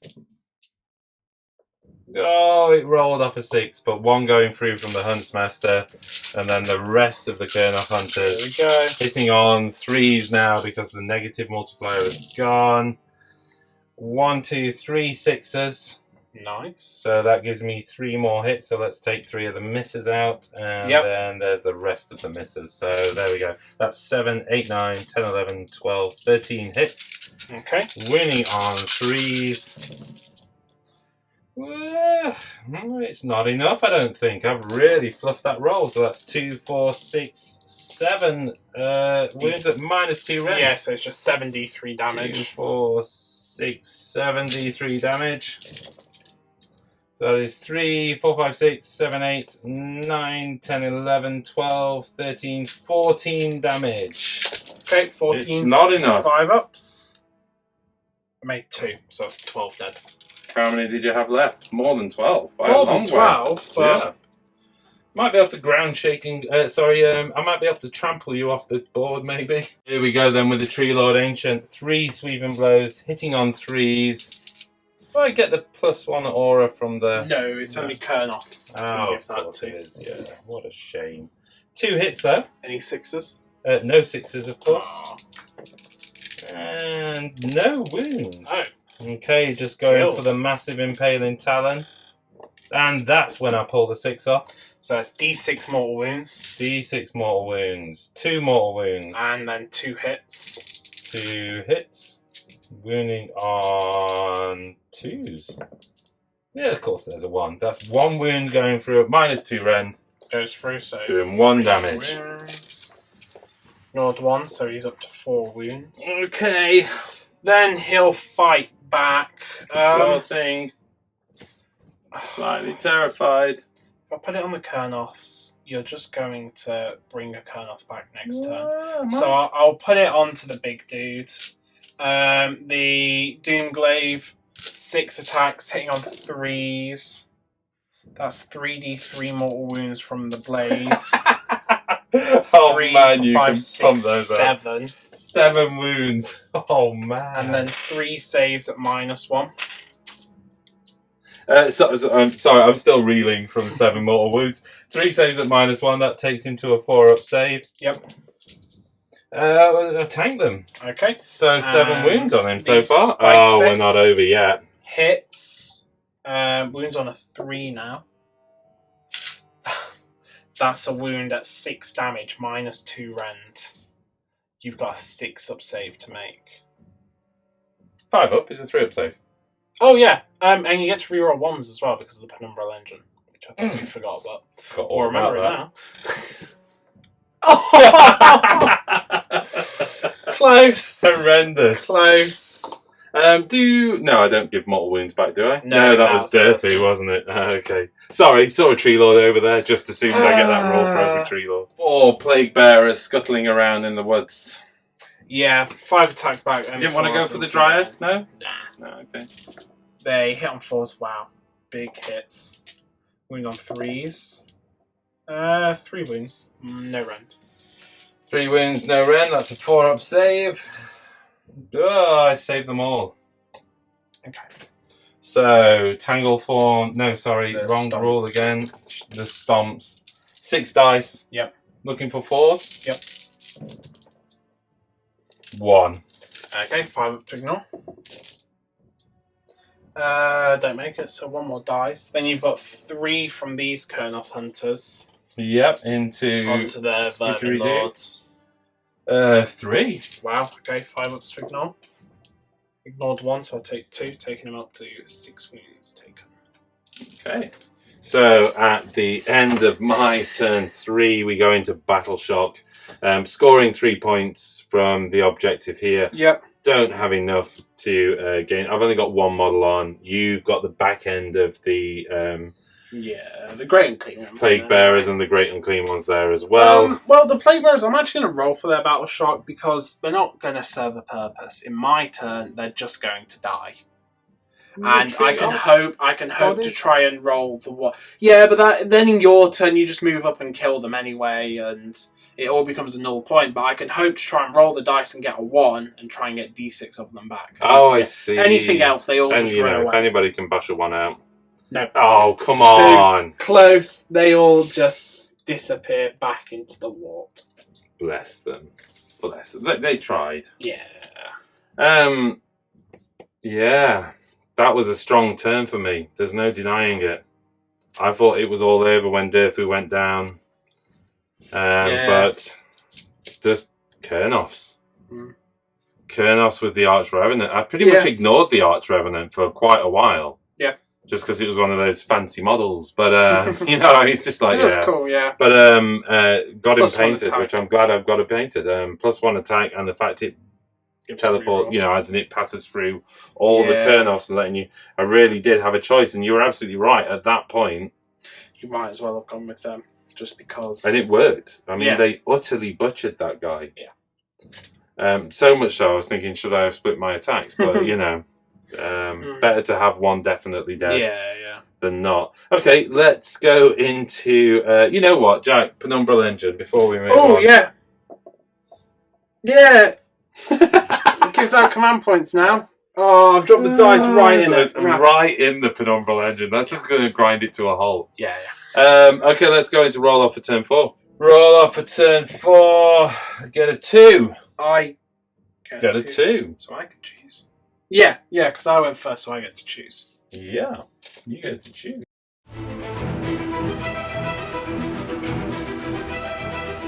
Here we go then, Jack. Turn 4. I don't think it's It's uphill for you. Yeah, Let's face it, there's work to be done. I've lost a lot of my army, and in this mission, you do score at the end, which is one of those where it's like scoring's round you get more points later on in the game. But gonna give it a go. So the Great Unclean One's gonna cast a Plague Wind. I get it on a 7. You can try and stop that. Yeah, I'm just looking where my deny come from. I think I can actually do a deny from... Oh, wait, I don't get the bonus to the deny anyway, do I? So, yeah, let's go for the deny. And on the 7, it doesn't... Nope. Wait, hold on. Do I get +1 for the deny? I think you do. From the Arcane, you do, yeah. Oh, Add 1 to cast, so you stop it. Sorry. The Warbringer going for his Death Frenzy onto himself. I don't. On a 6. Then the Great Unclean One's gonna... the Warbringer's gonna chuck out an Arcane Bolt. On a 9, I get it. I've got one more deny. Let's go for it. And on the 7, no, because that would be coming from him anyway. So. Yeah, so he takes a mortal wound. That's it. Right, okay, that takes him up to 7, 8 wounds. Yep. Then the last spell will be an Echo of Hatred from the Great Unclean One onto the Plague Bearers. No, not on a 4. Okay. Last thing in my hero phase, I'm going to spend one of my command points. So I've gained 2 from the Penumbral Engine, so I'm going to spend one of them on Grandfather's Blessing. You know what? It leaves me with... I'm going to spend 2 command points, actually. Twice for Grandfather's Blessing. One on the Great Unclean One and one on these 10 Plague Bearers. Okay. Put me down to 2 command points. So going straight into your movement phase. I think this is fast and furious. Jack's yeah, I mean, Plague Bearers. Run. 4-inch. Going for the charge. I'm kind of hoping, if I can keep a bit of combat prowess alive, which means if I can keep the Warbringer alive and bring him over later. So in order to do that, I need to stop as much piling as possible from the Kurnoth. So if I can flood the Plague Bearers on, it means they can't. 8-inch move just over there. They're going to go hunt a Revenant. Yeah. Okay. If you just move them over here, I'm going to bank on being able to roll a 10 on 3 dice. So Plague Bearers are going to move out and try and deal with some of your numbers. Even if I can just tie them up, that means it's going to be a lot easier for me in the later game to deal with something you're going to throw at me. With the tree in the way, because you've got to go around it, you're looking at a 6-inch charge on the hounds. There was no really easy way of reducing that. That's alright. And then, just like that, that's the end of my movement phase. So, Great Unclean One going for his Chaotic Summon, the 3d6. Needing a 10 on this. For a 11, so I do get it. I take a mortal wound, which on a 5 I ignore. I ignored it. Nice. And then I get 10 Plague Bearers. I need to be 9 inches away from these Dryads. Yep. So, it's pretty much to there. And then going to try and get as many of them as possible, only within 6. Sure, Dinkum. Great Unclean One taking a pot shot at the Tree Lord. I'm going to throw up on him, D6 shots, 2 shots, hitting just on 3s. Just a little wretch. Yeah. Wounding on 2s. More like reflux. 1 save at -2 rend, so 1 5-up save. Goes through. Got just 1 damage. Okay. Little bit of acid reflux there, bless him. The Warbringer. Yep, 2 attacks from his prehensile tail because he's wounded. The Tree Lord, In on 3s, 1 hit. Wounding on a 3. 1 save, -1 rend. 1 save, -1, 1 4 up. It's a 1. Yeah, so just 1 wound. Okay. Into the charge phase we go. Great Unfat One. Use him with a 10. It's plenty. Big lad. And I think on a 4+ he does D3 mortal wounds. Yep, so D3. 2 mortal wounds onto them. The Plague Bearers over there, that's 6, 7, 8. That's actually a 9 because of the musician, so he can get 6 inches like that just because he's up on the building. Drop 3 inches down. And then again 6 inches over to there. Okay. And the rest of them have got 9 inches, and they're just going to start getting round like this. The Plague Bearers over here. 6, 7, 8 with the musician. So that's, I think they're in at that. to get them in. Not swamping, but in. You know, again, I'm not expecting these to do damage. They were just trying to stop the piling. Sure. So you can't get as many bodies onto the Warbringer. You'll be able to get 2 Kurnoths. 1 Kurnoth on him and the Ancient, but better than nothing. And then the Flesh Hounds. That's an 11, so they are definitely in. Yeah, they're good. Where do you want to go is the question. You want to just ignore the Revenant and loop round? They'll just swarm him like that. Oh, everything on the Revenant, yeah? Is that your intent? Okay, understood. That takes us to the end of charge? Yeah, end of charges, so roll for trees. So let's start with the dogs. Bloodhounds. A 6. Nope. The Plague Bearers. Nope. These Plague Bearers. Nope. And the Great and Clean one. No. Okay, and then Stomps. Okay, here we go with a Stomp. So Tree Lord Ancient. Onto the Vermin Lords. No. No, okay. That's quite big. Just out there. 3 inch, isn't it? So let's just... Oh, yeah. I don't know. I'll let you make the call. You know what? Let's just say I'm out. Because if you'd have thought about it, you wouldn't have done that. Then you've got the Great and Clean one to stop. Okay, no problem. Yes, Great and Clean one's fighting last. Cool. Certainly makes it clear to you where to direct your efforts. Yep. So your first activation, you're going to go with... the Warbringer. I'm going to spend a command point again from Gur to make him fight in his top bracket. Yeah. So I'm going to put the Doomglaive into the Kurnoth Hunters and the Spiked Fist into the Tree Lord Ancient. Okay. Are you going to put down the Tanglethorn on the Kurnoths? Yes, of course, sorry. Okay. I should have said that's a charge phase thing, Yep. but apologies. The Doomglaive into the Kurnoths then, hitting on 3s. That's not too good. That's only 2 hits, but that is 2d3 mortal wounds. So it's 3 mortal wounds so far and 2 hits. This Kurnoth Hunters. Kurnoth Hunters, okay. And then 3s to wound with the glaive. So that's 1 save, 1 5 up re-rollable. 1 5 up.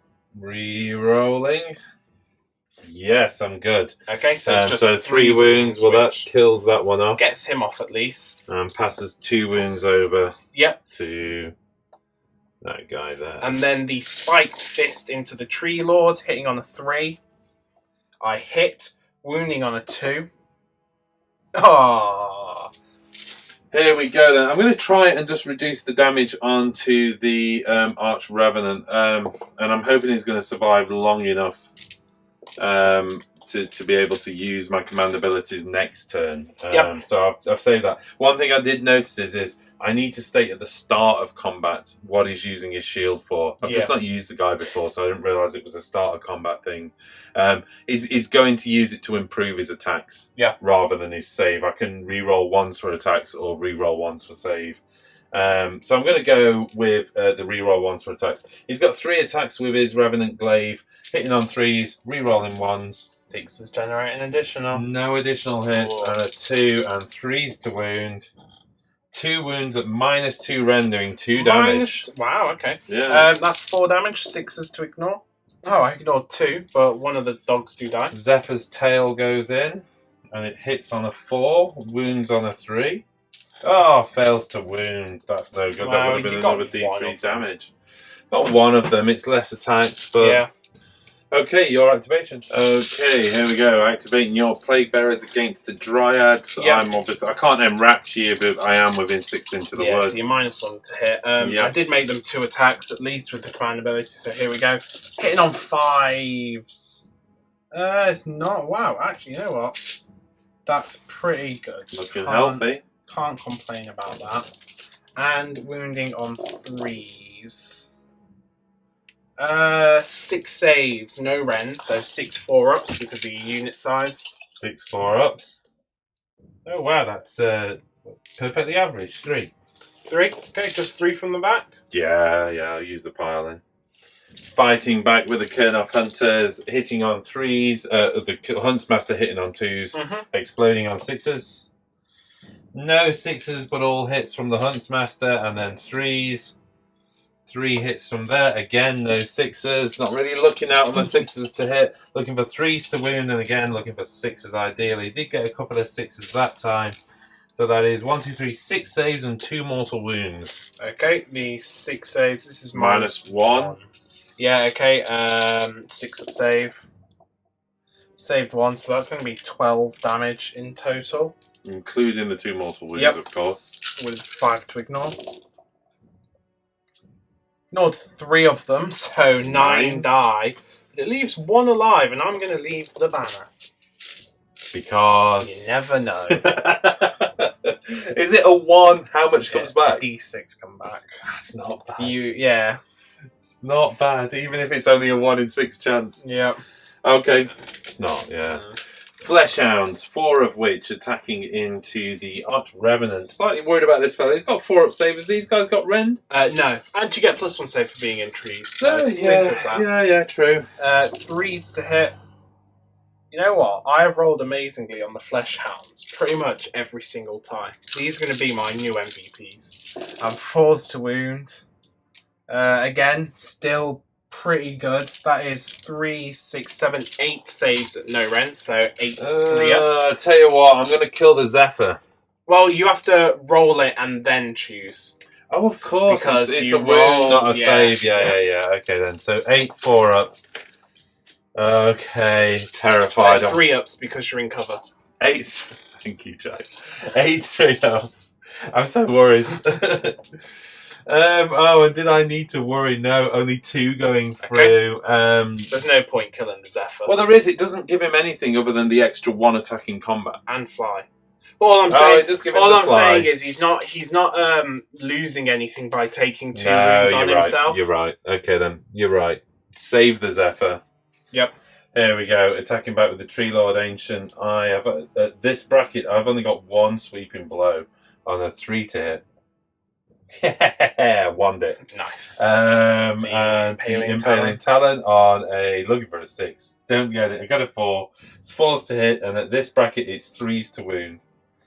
And I do wound, so -2 rend, 1 Goes damage. Through and a 5 up to ignore. Don't ignore it, so he takes a wound. Up to 7 wounds.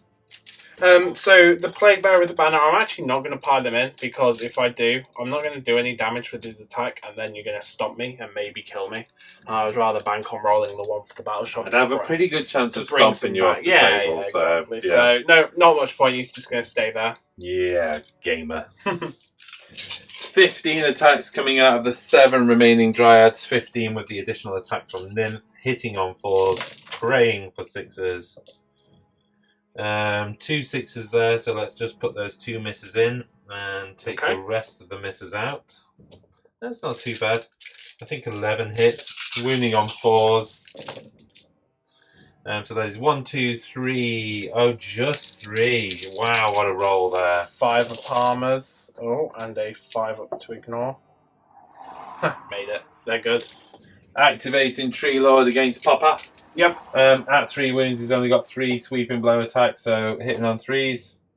Oh, 2 6s. Wow. That's useful. Wow. And wounding on 3s. Oh, wow. All 5 wound doing -1 rend. Okay, so 5 5-ups. Save 2, so that's 3d6 damage. 3d6 damage. 6, 9, 10, 11. Okay. 5 ups to ignore. Ignored 1, so I take 10 wounds. Wow. That is a smackdown. Yeah. And then, just insult to injury. Impaling Talon. Oh, Jack. Did you get sick? So it's d6 mortal wounds. D6 mortal wounds. 1 mortal wound. 5 up to ignore. I don't ignore. But I do get the additional attack with the Impaling Talon. Do I roll to hit for that? No, because it's an additional hit, so you isn't get it? 2 hits with the Impaling Talons. So, and that is Impaling Talon at 3 bracket is still 2s to wound. There, 2 wounds. -2 rend. Didn't make any, and 5 ups to ignore. Didn't make any. 1 damage. Takes 2 more wounds. Right, and wow, he got slapped by that Tree Lord. then he'll fight back, so he's taken 13 wounds. Oh my goodness. So yeah, it's 2 attacks with the Bile Sword. Overperforming. 2 attacks with the Bile Sword because he got the +1 attack from the command ability. Yep. Hitting on 4s, both miss. And then 4 attacks with the Flail, hitting on 3s. And then wounding on 4s. No wounds. No, wow. And then the 4 Nurgling attacks on 5. Yeah, the Nurglings always pull it together. 5. Come on, Nurglings. 1 save, no rend. 1 3-up save. Make it. Yep. Battle Shock. You score 8 points from that, taking you to a total of 16 to 3. It's a healthy lead. But it can all just be done in 1 turn now. That's the thing. I don't know. With games like this, it's one of those. When it's backloaded. Yeah, if hard. you manage to retain enough models, you can just win in turns 4 and 5 because you don't have to worry about the objectives as much. Because you're like, okay, if I can grab all 3 of them even in turn 5, then that gives me like 15 points. So I'm good. Yeah. But Battle Shock, I've got my Plague Bearer on a 1. Hey! D6. 3 more popping back.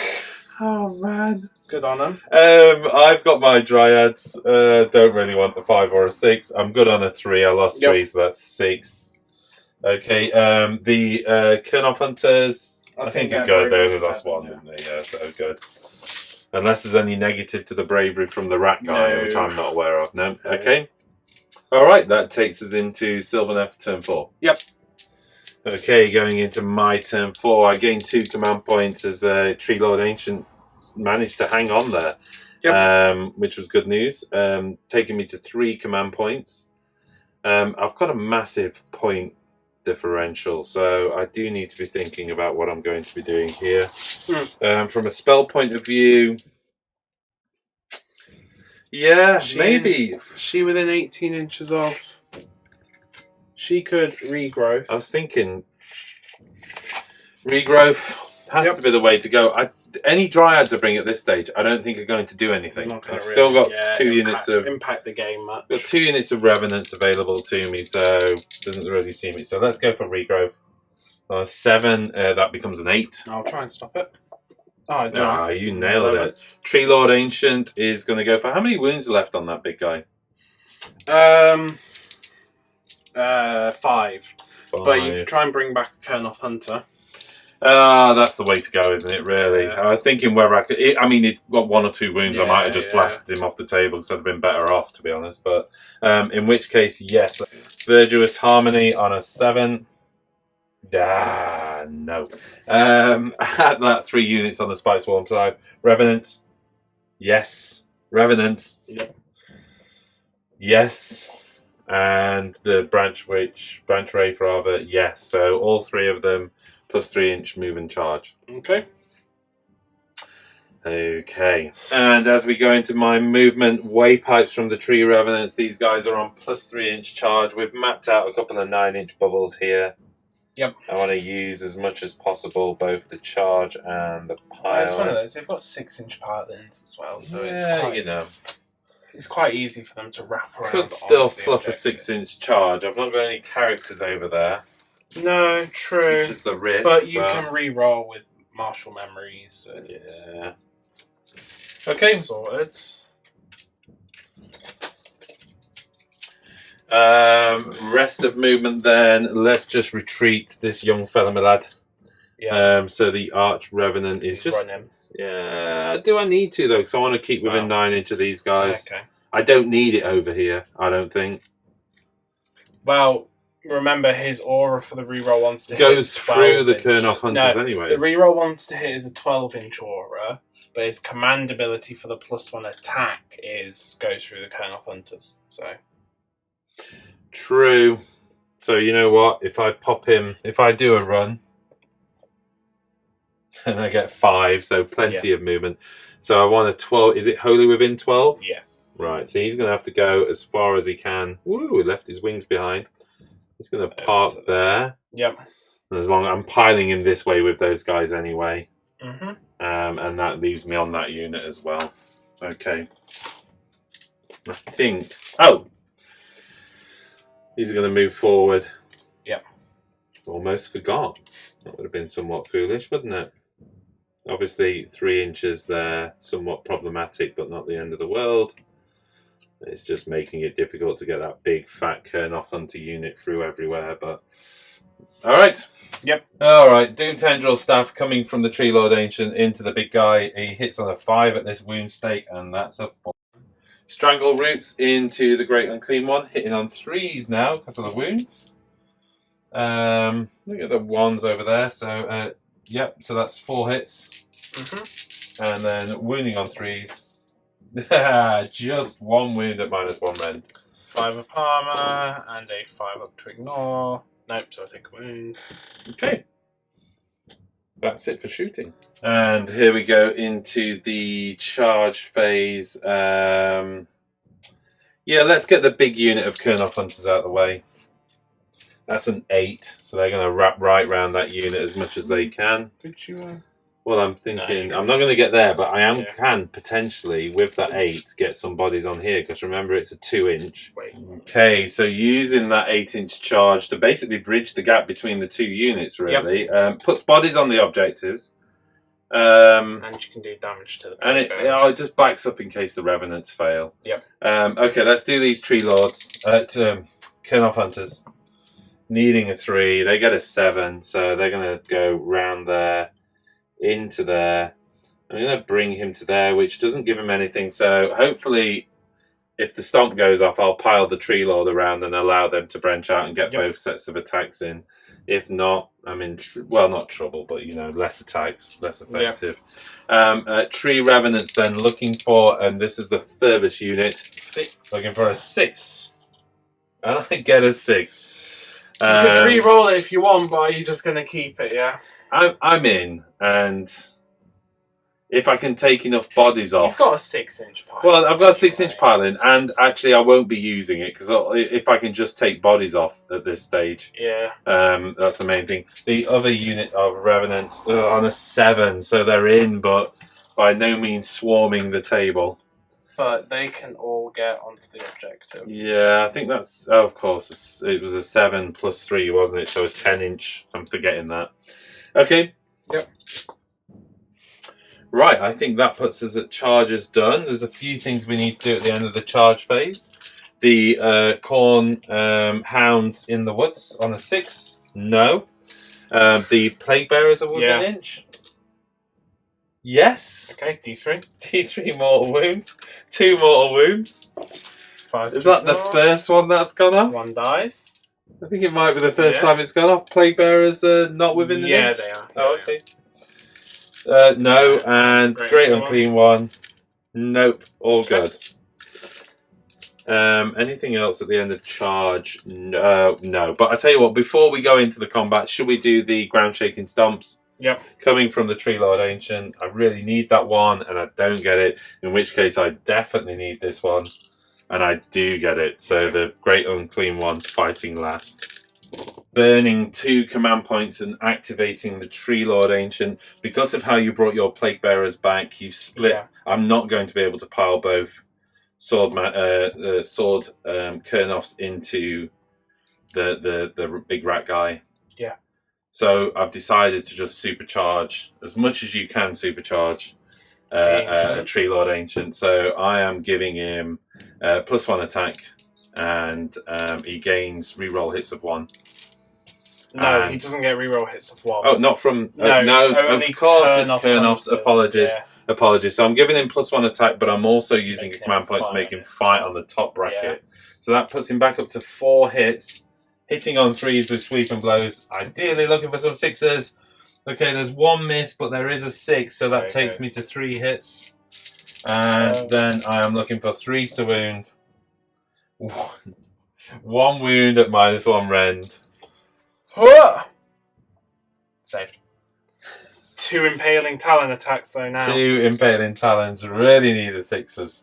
Don't get any, nor do I get... Oh wait, at full hits... 1 of those hits at least.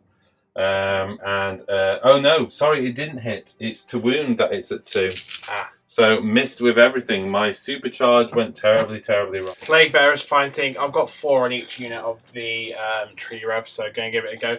The unit of the tree revs in the building on 4s, 2 hits, and 3s, no wounds. The unit of tree revenants out of the building on 4s, 1 hit, and a 3. Hey, got a wound, so 1 5 up save.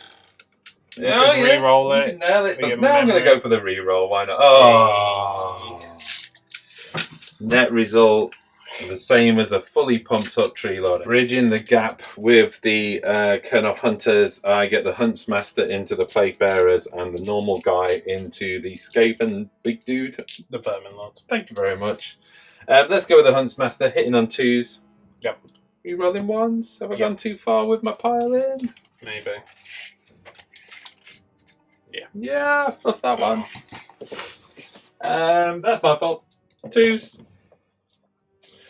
5 hits. 3s. 1 mortal wound and 2 saves. 2 6-up saves. Didn't make any, so that's going to be 5 damage. Which I ignore on 5s. There you go.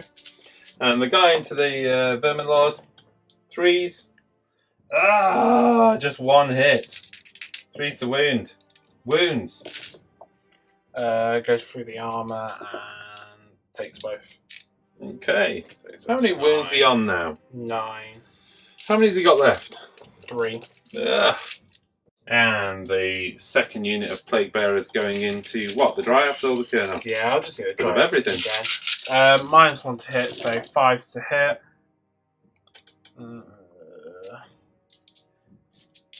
Not bad. And then 3s to wounds. 4 saves at no rend on the Dryad, so this can be 4 5-ups now. Oh, below 5-up saves. 2 going through. And the Kurnoth hunters activating over here. The Huntsmaster is into the furthest unit there. Just in case you're confusing, he's got the bigger axe, and that's how I know the difference between them. Okay. Oh, right. Huntsmaster hitting on 2s. 3 hits, exploding to 4 hits from the Huntsmaster. Okay. And then the 2 other Kurnoths hitting on 3s. All miss. All miss. All miss. That's nice. That's the rolls we like. Kurnoth Hunter, Huntsmaster, wounding on 3s. All wounds, So 4 hits. 4d3 wounds. 4d3 wounds. I'm thinking you've got to save there, but 1, 2, 3, 4, 5, 6, 7, 8, 9. 9 wounds onto that unit. Okay. 5 ignore. Ignore 2, so 7 go. Okay. Now fighting into the opposite unit. Yep. We've just got just 2 normal dudes, so this is hitting on 3s. Oh my goodness, all hit within an extra hit as well, so the other unit wounding on 3s now. That is 4 wounds onto that unit. 4d3 damage. 4d3. That's good for you, that's 2, 5 wounds. 5-ups. Ignore 2, so only 3 go. Is it enough? That's the question. Well, yeah. Retaliating with your Vermin Lord. Yeah, I'm just going to try and kill the Ancient. It's just made me angry. Just well. Just kill him. And to be honest, he deserves to die. After that performance where he just basically slapped you. 6 attacks with Doomglaive, hitting on 3s. That's going to be 4d3 mortal wounds. There. Yeah, you kill him. Yeah. 1, 2, 3, 4, 5. Yeah, I don't care. Yep. You deserve that. Here we go then, activating the... Well, we'll do them both at the same time because your Great Unclean One's fighting last anyway. I'm not rolling them all at the same time, I just mean activation point of view. So we've got the Protector Glaive, 2 attacks hitting on 4s. That's 1 wound, wounding on 3. Wounds, -1 rend, 2 damage. Saved up. 8 attacks coming out of the rest of the unit, hitting on 4s, using their Enchanter Blades. 2 6s in there, so There's a 6. That's 5 gone through then with the 2 6s. Wounding on 3s. Yep. 4 wounds. -1 rend, 1 damage. 4 6-ups. All go through. 5 ups. Saved 1, so 3 die. Okay.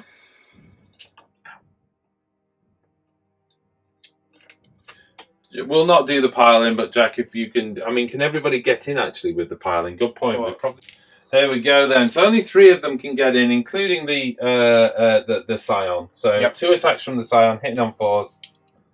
1 hit so far, wounding on 3.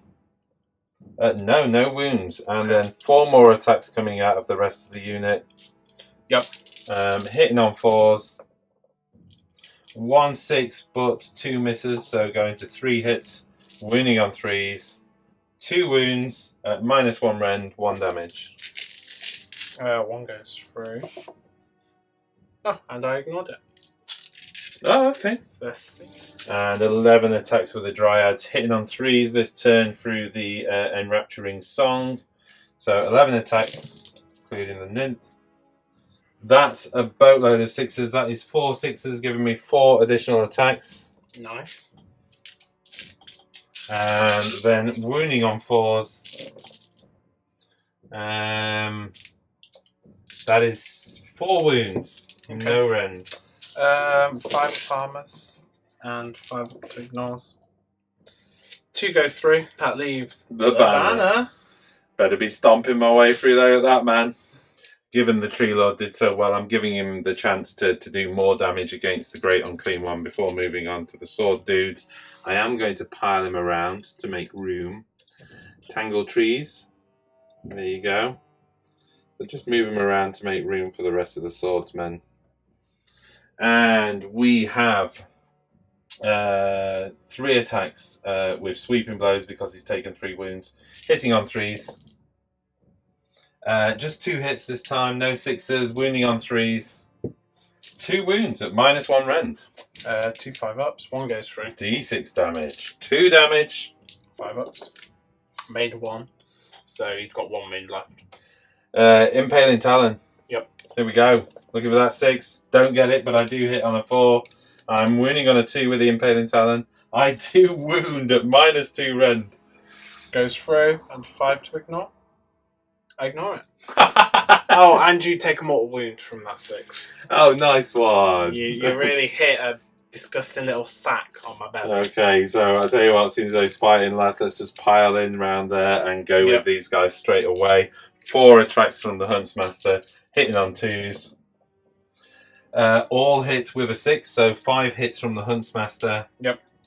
8 attacks coming out the rest of the unit, hitting on 3s. No 6s, but only 1 miss. So quite significant there. And then wounding on 3s. Okay, that is 2, 4, 6, 8, 9 saves at -1 rend. 2 damage. 9 5-ups. Well, that's all 2 damage, but I've only got 1 wound left, so I'm just going to roll this batch. And yeah, no, it goes. Papa goes. Papa goes splat.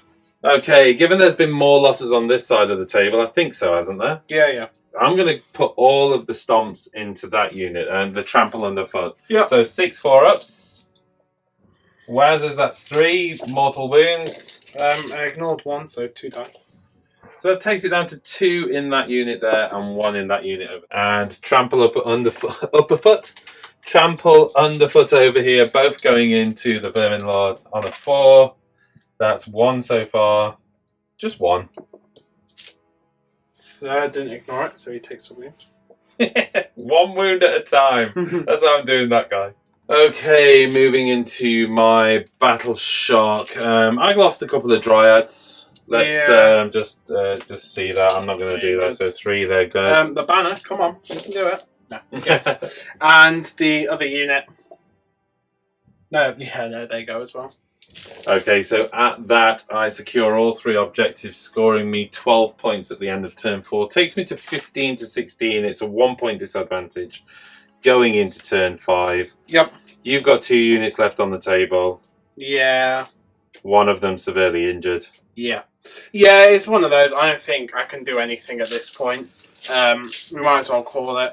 So, well done. Kurnoths are scary. Cheers, man. We've learned Kurnoths are very scary. Just Kurnoths. I mean, this was a crazy experimental list on your side. Didn't really have a lot of synergy in it. That's what we were kind of saying. It had some, but not a lot. Yeah, I was trying to like... It's kind of individual goodness, but not necessarily something that you could synergize. Losing the Bloodthirster was just... You've been kicking it. I kind of lost all my combat effectiveness there. And you've been kicking yourself for not shielding him. It's a rookie error. It was a rookie error. You didn't shield him, and it was it's a really hot day today. Yeah, it was really hot. And we were really hot in the studio. We've actually had to take a break because it got so hot in the studio, and I think you weren't thinking straight. No, I was like, oh. And in fairness, I was like, well, I'm surprised he's gone for that, but maybe this thing is super, super tough, and I've not really played against Khorne much, so I was thinking maybe you got some kind of trick up your sleeve. Yeah, so I was hesitant to go in, but that was the thing, the whole artifact, whilst it worked okay on the Warbringer, of course, like, the tactic is you take a Deceiver and a Corruptor, and he gets, like, 10 attacks, re-rolling hits, so it's like 10 dice looking for 5s, and you just re-roll all the other ones anyway, just to try and get 5s, and it can just do like 6, 7 D3 mortal wounds, and it's just, well, nothing can really survive against that. And I'm fortunate, I got 3 sets of trees down, which gave me some mobility again, but the reality is I've actually not used the trees much. I've only used them, I think, once to move a tree lord over there. It's an interesting list. These Kurnoths are tough. Six Kurnoth hunters. The fact that you don't have to have characters near them to use command abilities. If you can get that tree and that Spice Swarm Hive off, and the Arch Revenant, and you teleport them in, you can kind of just like charge that unit of 6 in there, and not much can stand up against it. The whole +3 move and charge. Okay, even if you're not teleporting, that makes them an 8-inch move with a +3 charge. If you are teleporting, it makes it a 6-inch charge. I think people playing Sylvaneth don't utilise that Spice Swarm enough. It is so powerful. It's great. Just be able to give things +3 charge. I can't imagine building a list without it. Just that, where I needed the Revenants to make the charge. And I mean, it's turn 4, I'm using it. Yeah. I know I heard it earlier, but just sitting there and just going all the way over. I think there was one point where you had a spare spell and you could have gone for a dispel. And again, it's just hot, not concentrating. I think the army almost... I know this is because everybody says Alarielle isn't that great, but the army almost suffers without her. Just the fact she can be a 3-cast wizard and she can give herself the +2 to cast from Throne of Vines. It's just... she basically becomes a 2-cast wizard at +2 to cast, and that's really good for bringing up trees and doing the endless spells, because you were struggling here. You're like, okay, I need to bring up my endless spell, but then I was like, I want to do other things as well. So. It's a common thing that everybody says Tree Lord Ancient should be a 2-cast wizard. To me, it just makes perfect sense. There needs to be a distinction. This is like this, even from a background point of view. They're super ancient. They've lived for millions of years. They've been around the block a few times, and they're 1-cast wizards, like super innate magical creatures. And it's not like they're balanced by being uber amazing in combat. As we've seen, I think they can explode, and it did. That Tree Lord Ancient did do well at one point, but then just flopped again. It's decent damage. Tree Lord over there, man of the match. Did well. Yeah, just insane. He just waded into that great unclean one, and really, it's almost one of those things. Everybody always says with Sigmar, one of the problems with Sigmar is monsters just aren't that great. Because there's so much randomness to the monsters. D6 damage weapons it's random. You could get like 4 attacks for it, and you're like, and then it's like, wow, I've just done 4 wounds. But then you could also be like, wow, I've just done 18 damage. And I kind of wish with monsters they would get rid of that almost. Make Tree Lord Ancients, okay, don't make them 6 damage, but make them 4 damage. Just make them 4 damage, and maybe they deteriorate as they get wounded. Tree Lords rather than Ancients, or both of them. Just the stomps. Durthu's 6 damage because he's got that cool sword. The Tree Lords just don't have Durthu then go to D6 damage, have him go like 6, 5, 4, 3 and stuff like But that. the realm know, having a it's- big impact on the game again, spending a command point, Yeah. putting them back to top bracket. You know, Durthu. Yeah, I think I out know of all- Durthu got blown off the table, but I was thinking this is a great game for Durthu. All the ones we've kind of looked at, Gur seems the most impactful because, again, that's another negative to monsters. They get worse as they get wounded, whereas units don't.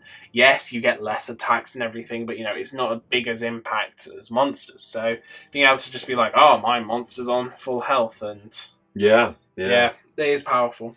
Yeah, you know, look, most of this Sylvaneth list has come about through feedback as well. So I think I'm getting there on rules. No doubt I've missed a few things. A lot of the stuff that trips me over is I'm absolutely convinced the Arch Revenant can give reroll hits of 1 to anything, which you can't. Like you've had to the amount of times you've had to remind me. Hopefully you've edited them all out because it's embarrassing the amount of times he's had to remind me. It's just Kurnoth. Yeah. I mean, I've got to the point now where I've kind of gone through all the armies in the studio several times. So I was like, hey, why don't I just do something different? It'll be cool. It'll be this fun. way. Yeah, and I'm just like, right. We have got, as I said, we're not Plague quite there on bearers. 2,000 points worth of corn. We'll be, doing that. But yeah, maybe we need to revisit some of the armies we've not seen for a while. I don't think we've seen Fire Slayers. I don't think we've seen Beastclaw Raiders for a while. Yeah. We'll loop back round to some of those. I'm desperate to play my Ideneth Deepkin again, though. Yeah. You've been playtesting Lumineth. Yes. They're playing well. Oh, they're horrific. They're playing well, for sure. Look, okay, so I know we're calling this game to an end prior to turn 5, but it's fairly obvious, even if he gets that, he's not going to move me. I'm not gonna You might move me off one objective, you're not going to move me off 2. And even if you grab another 5 points here, taking you to a 6-point lead, you're never going to stop me from scoring 10 points. It's just not doable, really. Yep. And normally we would play on if there's even an inkling of a chance, but this one's a bit of a we've seen which way this one's gone, and it's hot. I don't want to let Jack just relax for a bit. So hopefully you've enjoyed the show. Thank you very much. Again, a huge thank you to everyone our premium subscribers at wargameronline.com. They've made a lot of this possible because we've added units and it's the money coming through from there that's really made a difference. It's where the Arch Revenant came from. It's where the extra Kurnoths have come from. And that's made the Sylvaneth list a million times more interesting. So we really do appreciate all of the support. We continue in our lockdown. We've done an experimental game. Liam has actually managed to play a game against Liam using social distancing. We did an outdoor game. We're going to do an experiment to see if it's possible to record the outdoor game. My worry is audio is going to be all over the place, but maybe if we just put that as a big sign at the start that said, look, we're doing our best for a social distance game and a fresh face on the channel, but forgive the audio, we'll see. But, our experiences so far, our community has just been incredibly supportive. So if we give people the chance to tune out, it wouldn't be in replacement of a normal Batrep, it'd be additional too. So hopefully we'll get something like that up and running. Yep. Thank you very much, and we'll see you on the next one. See you.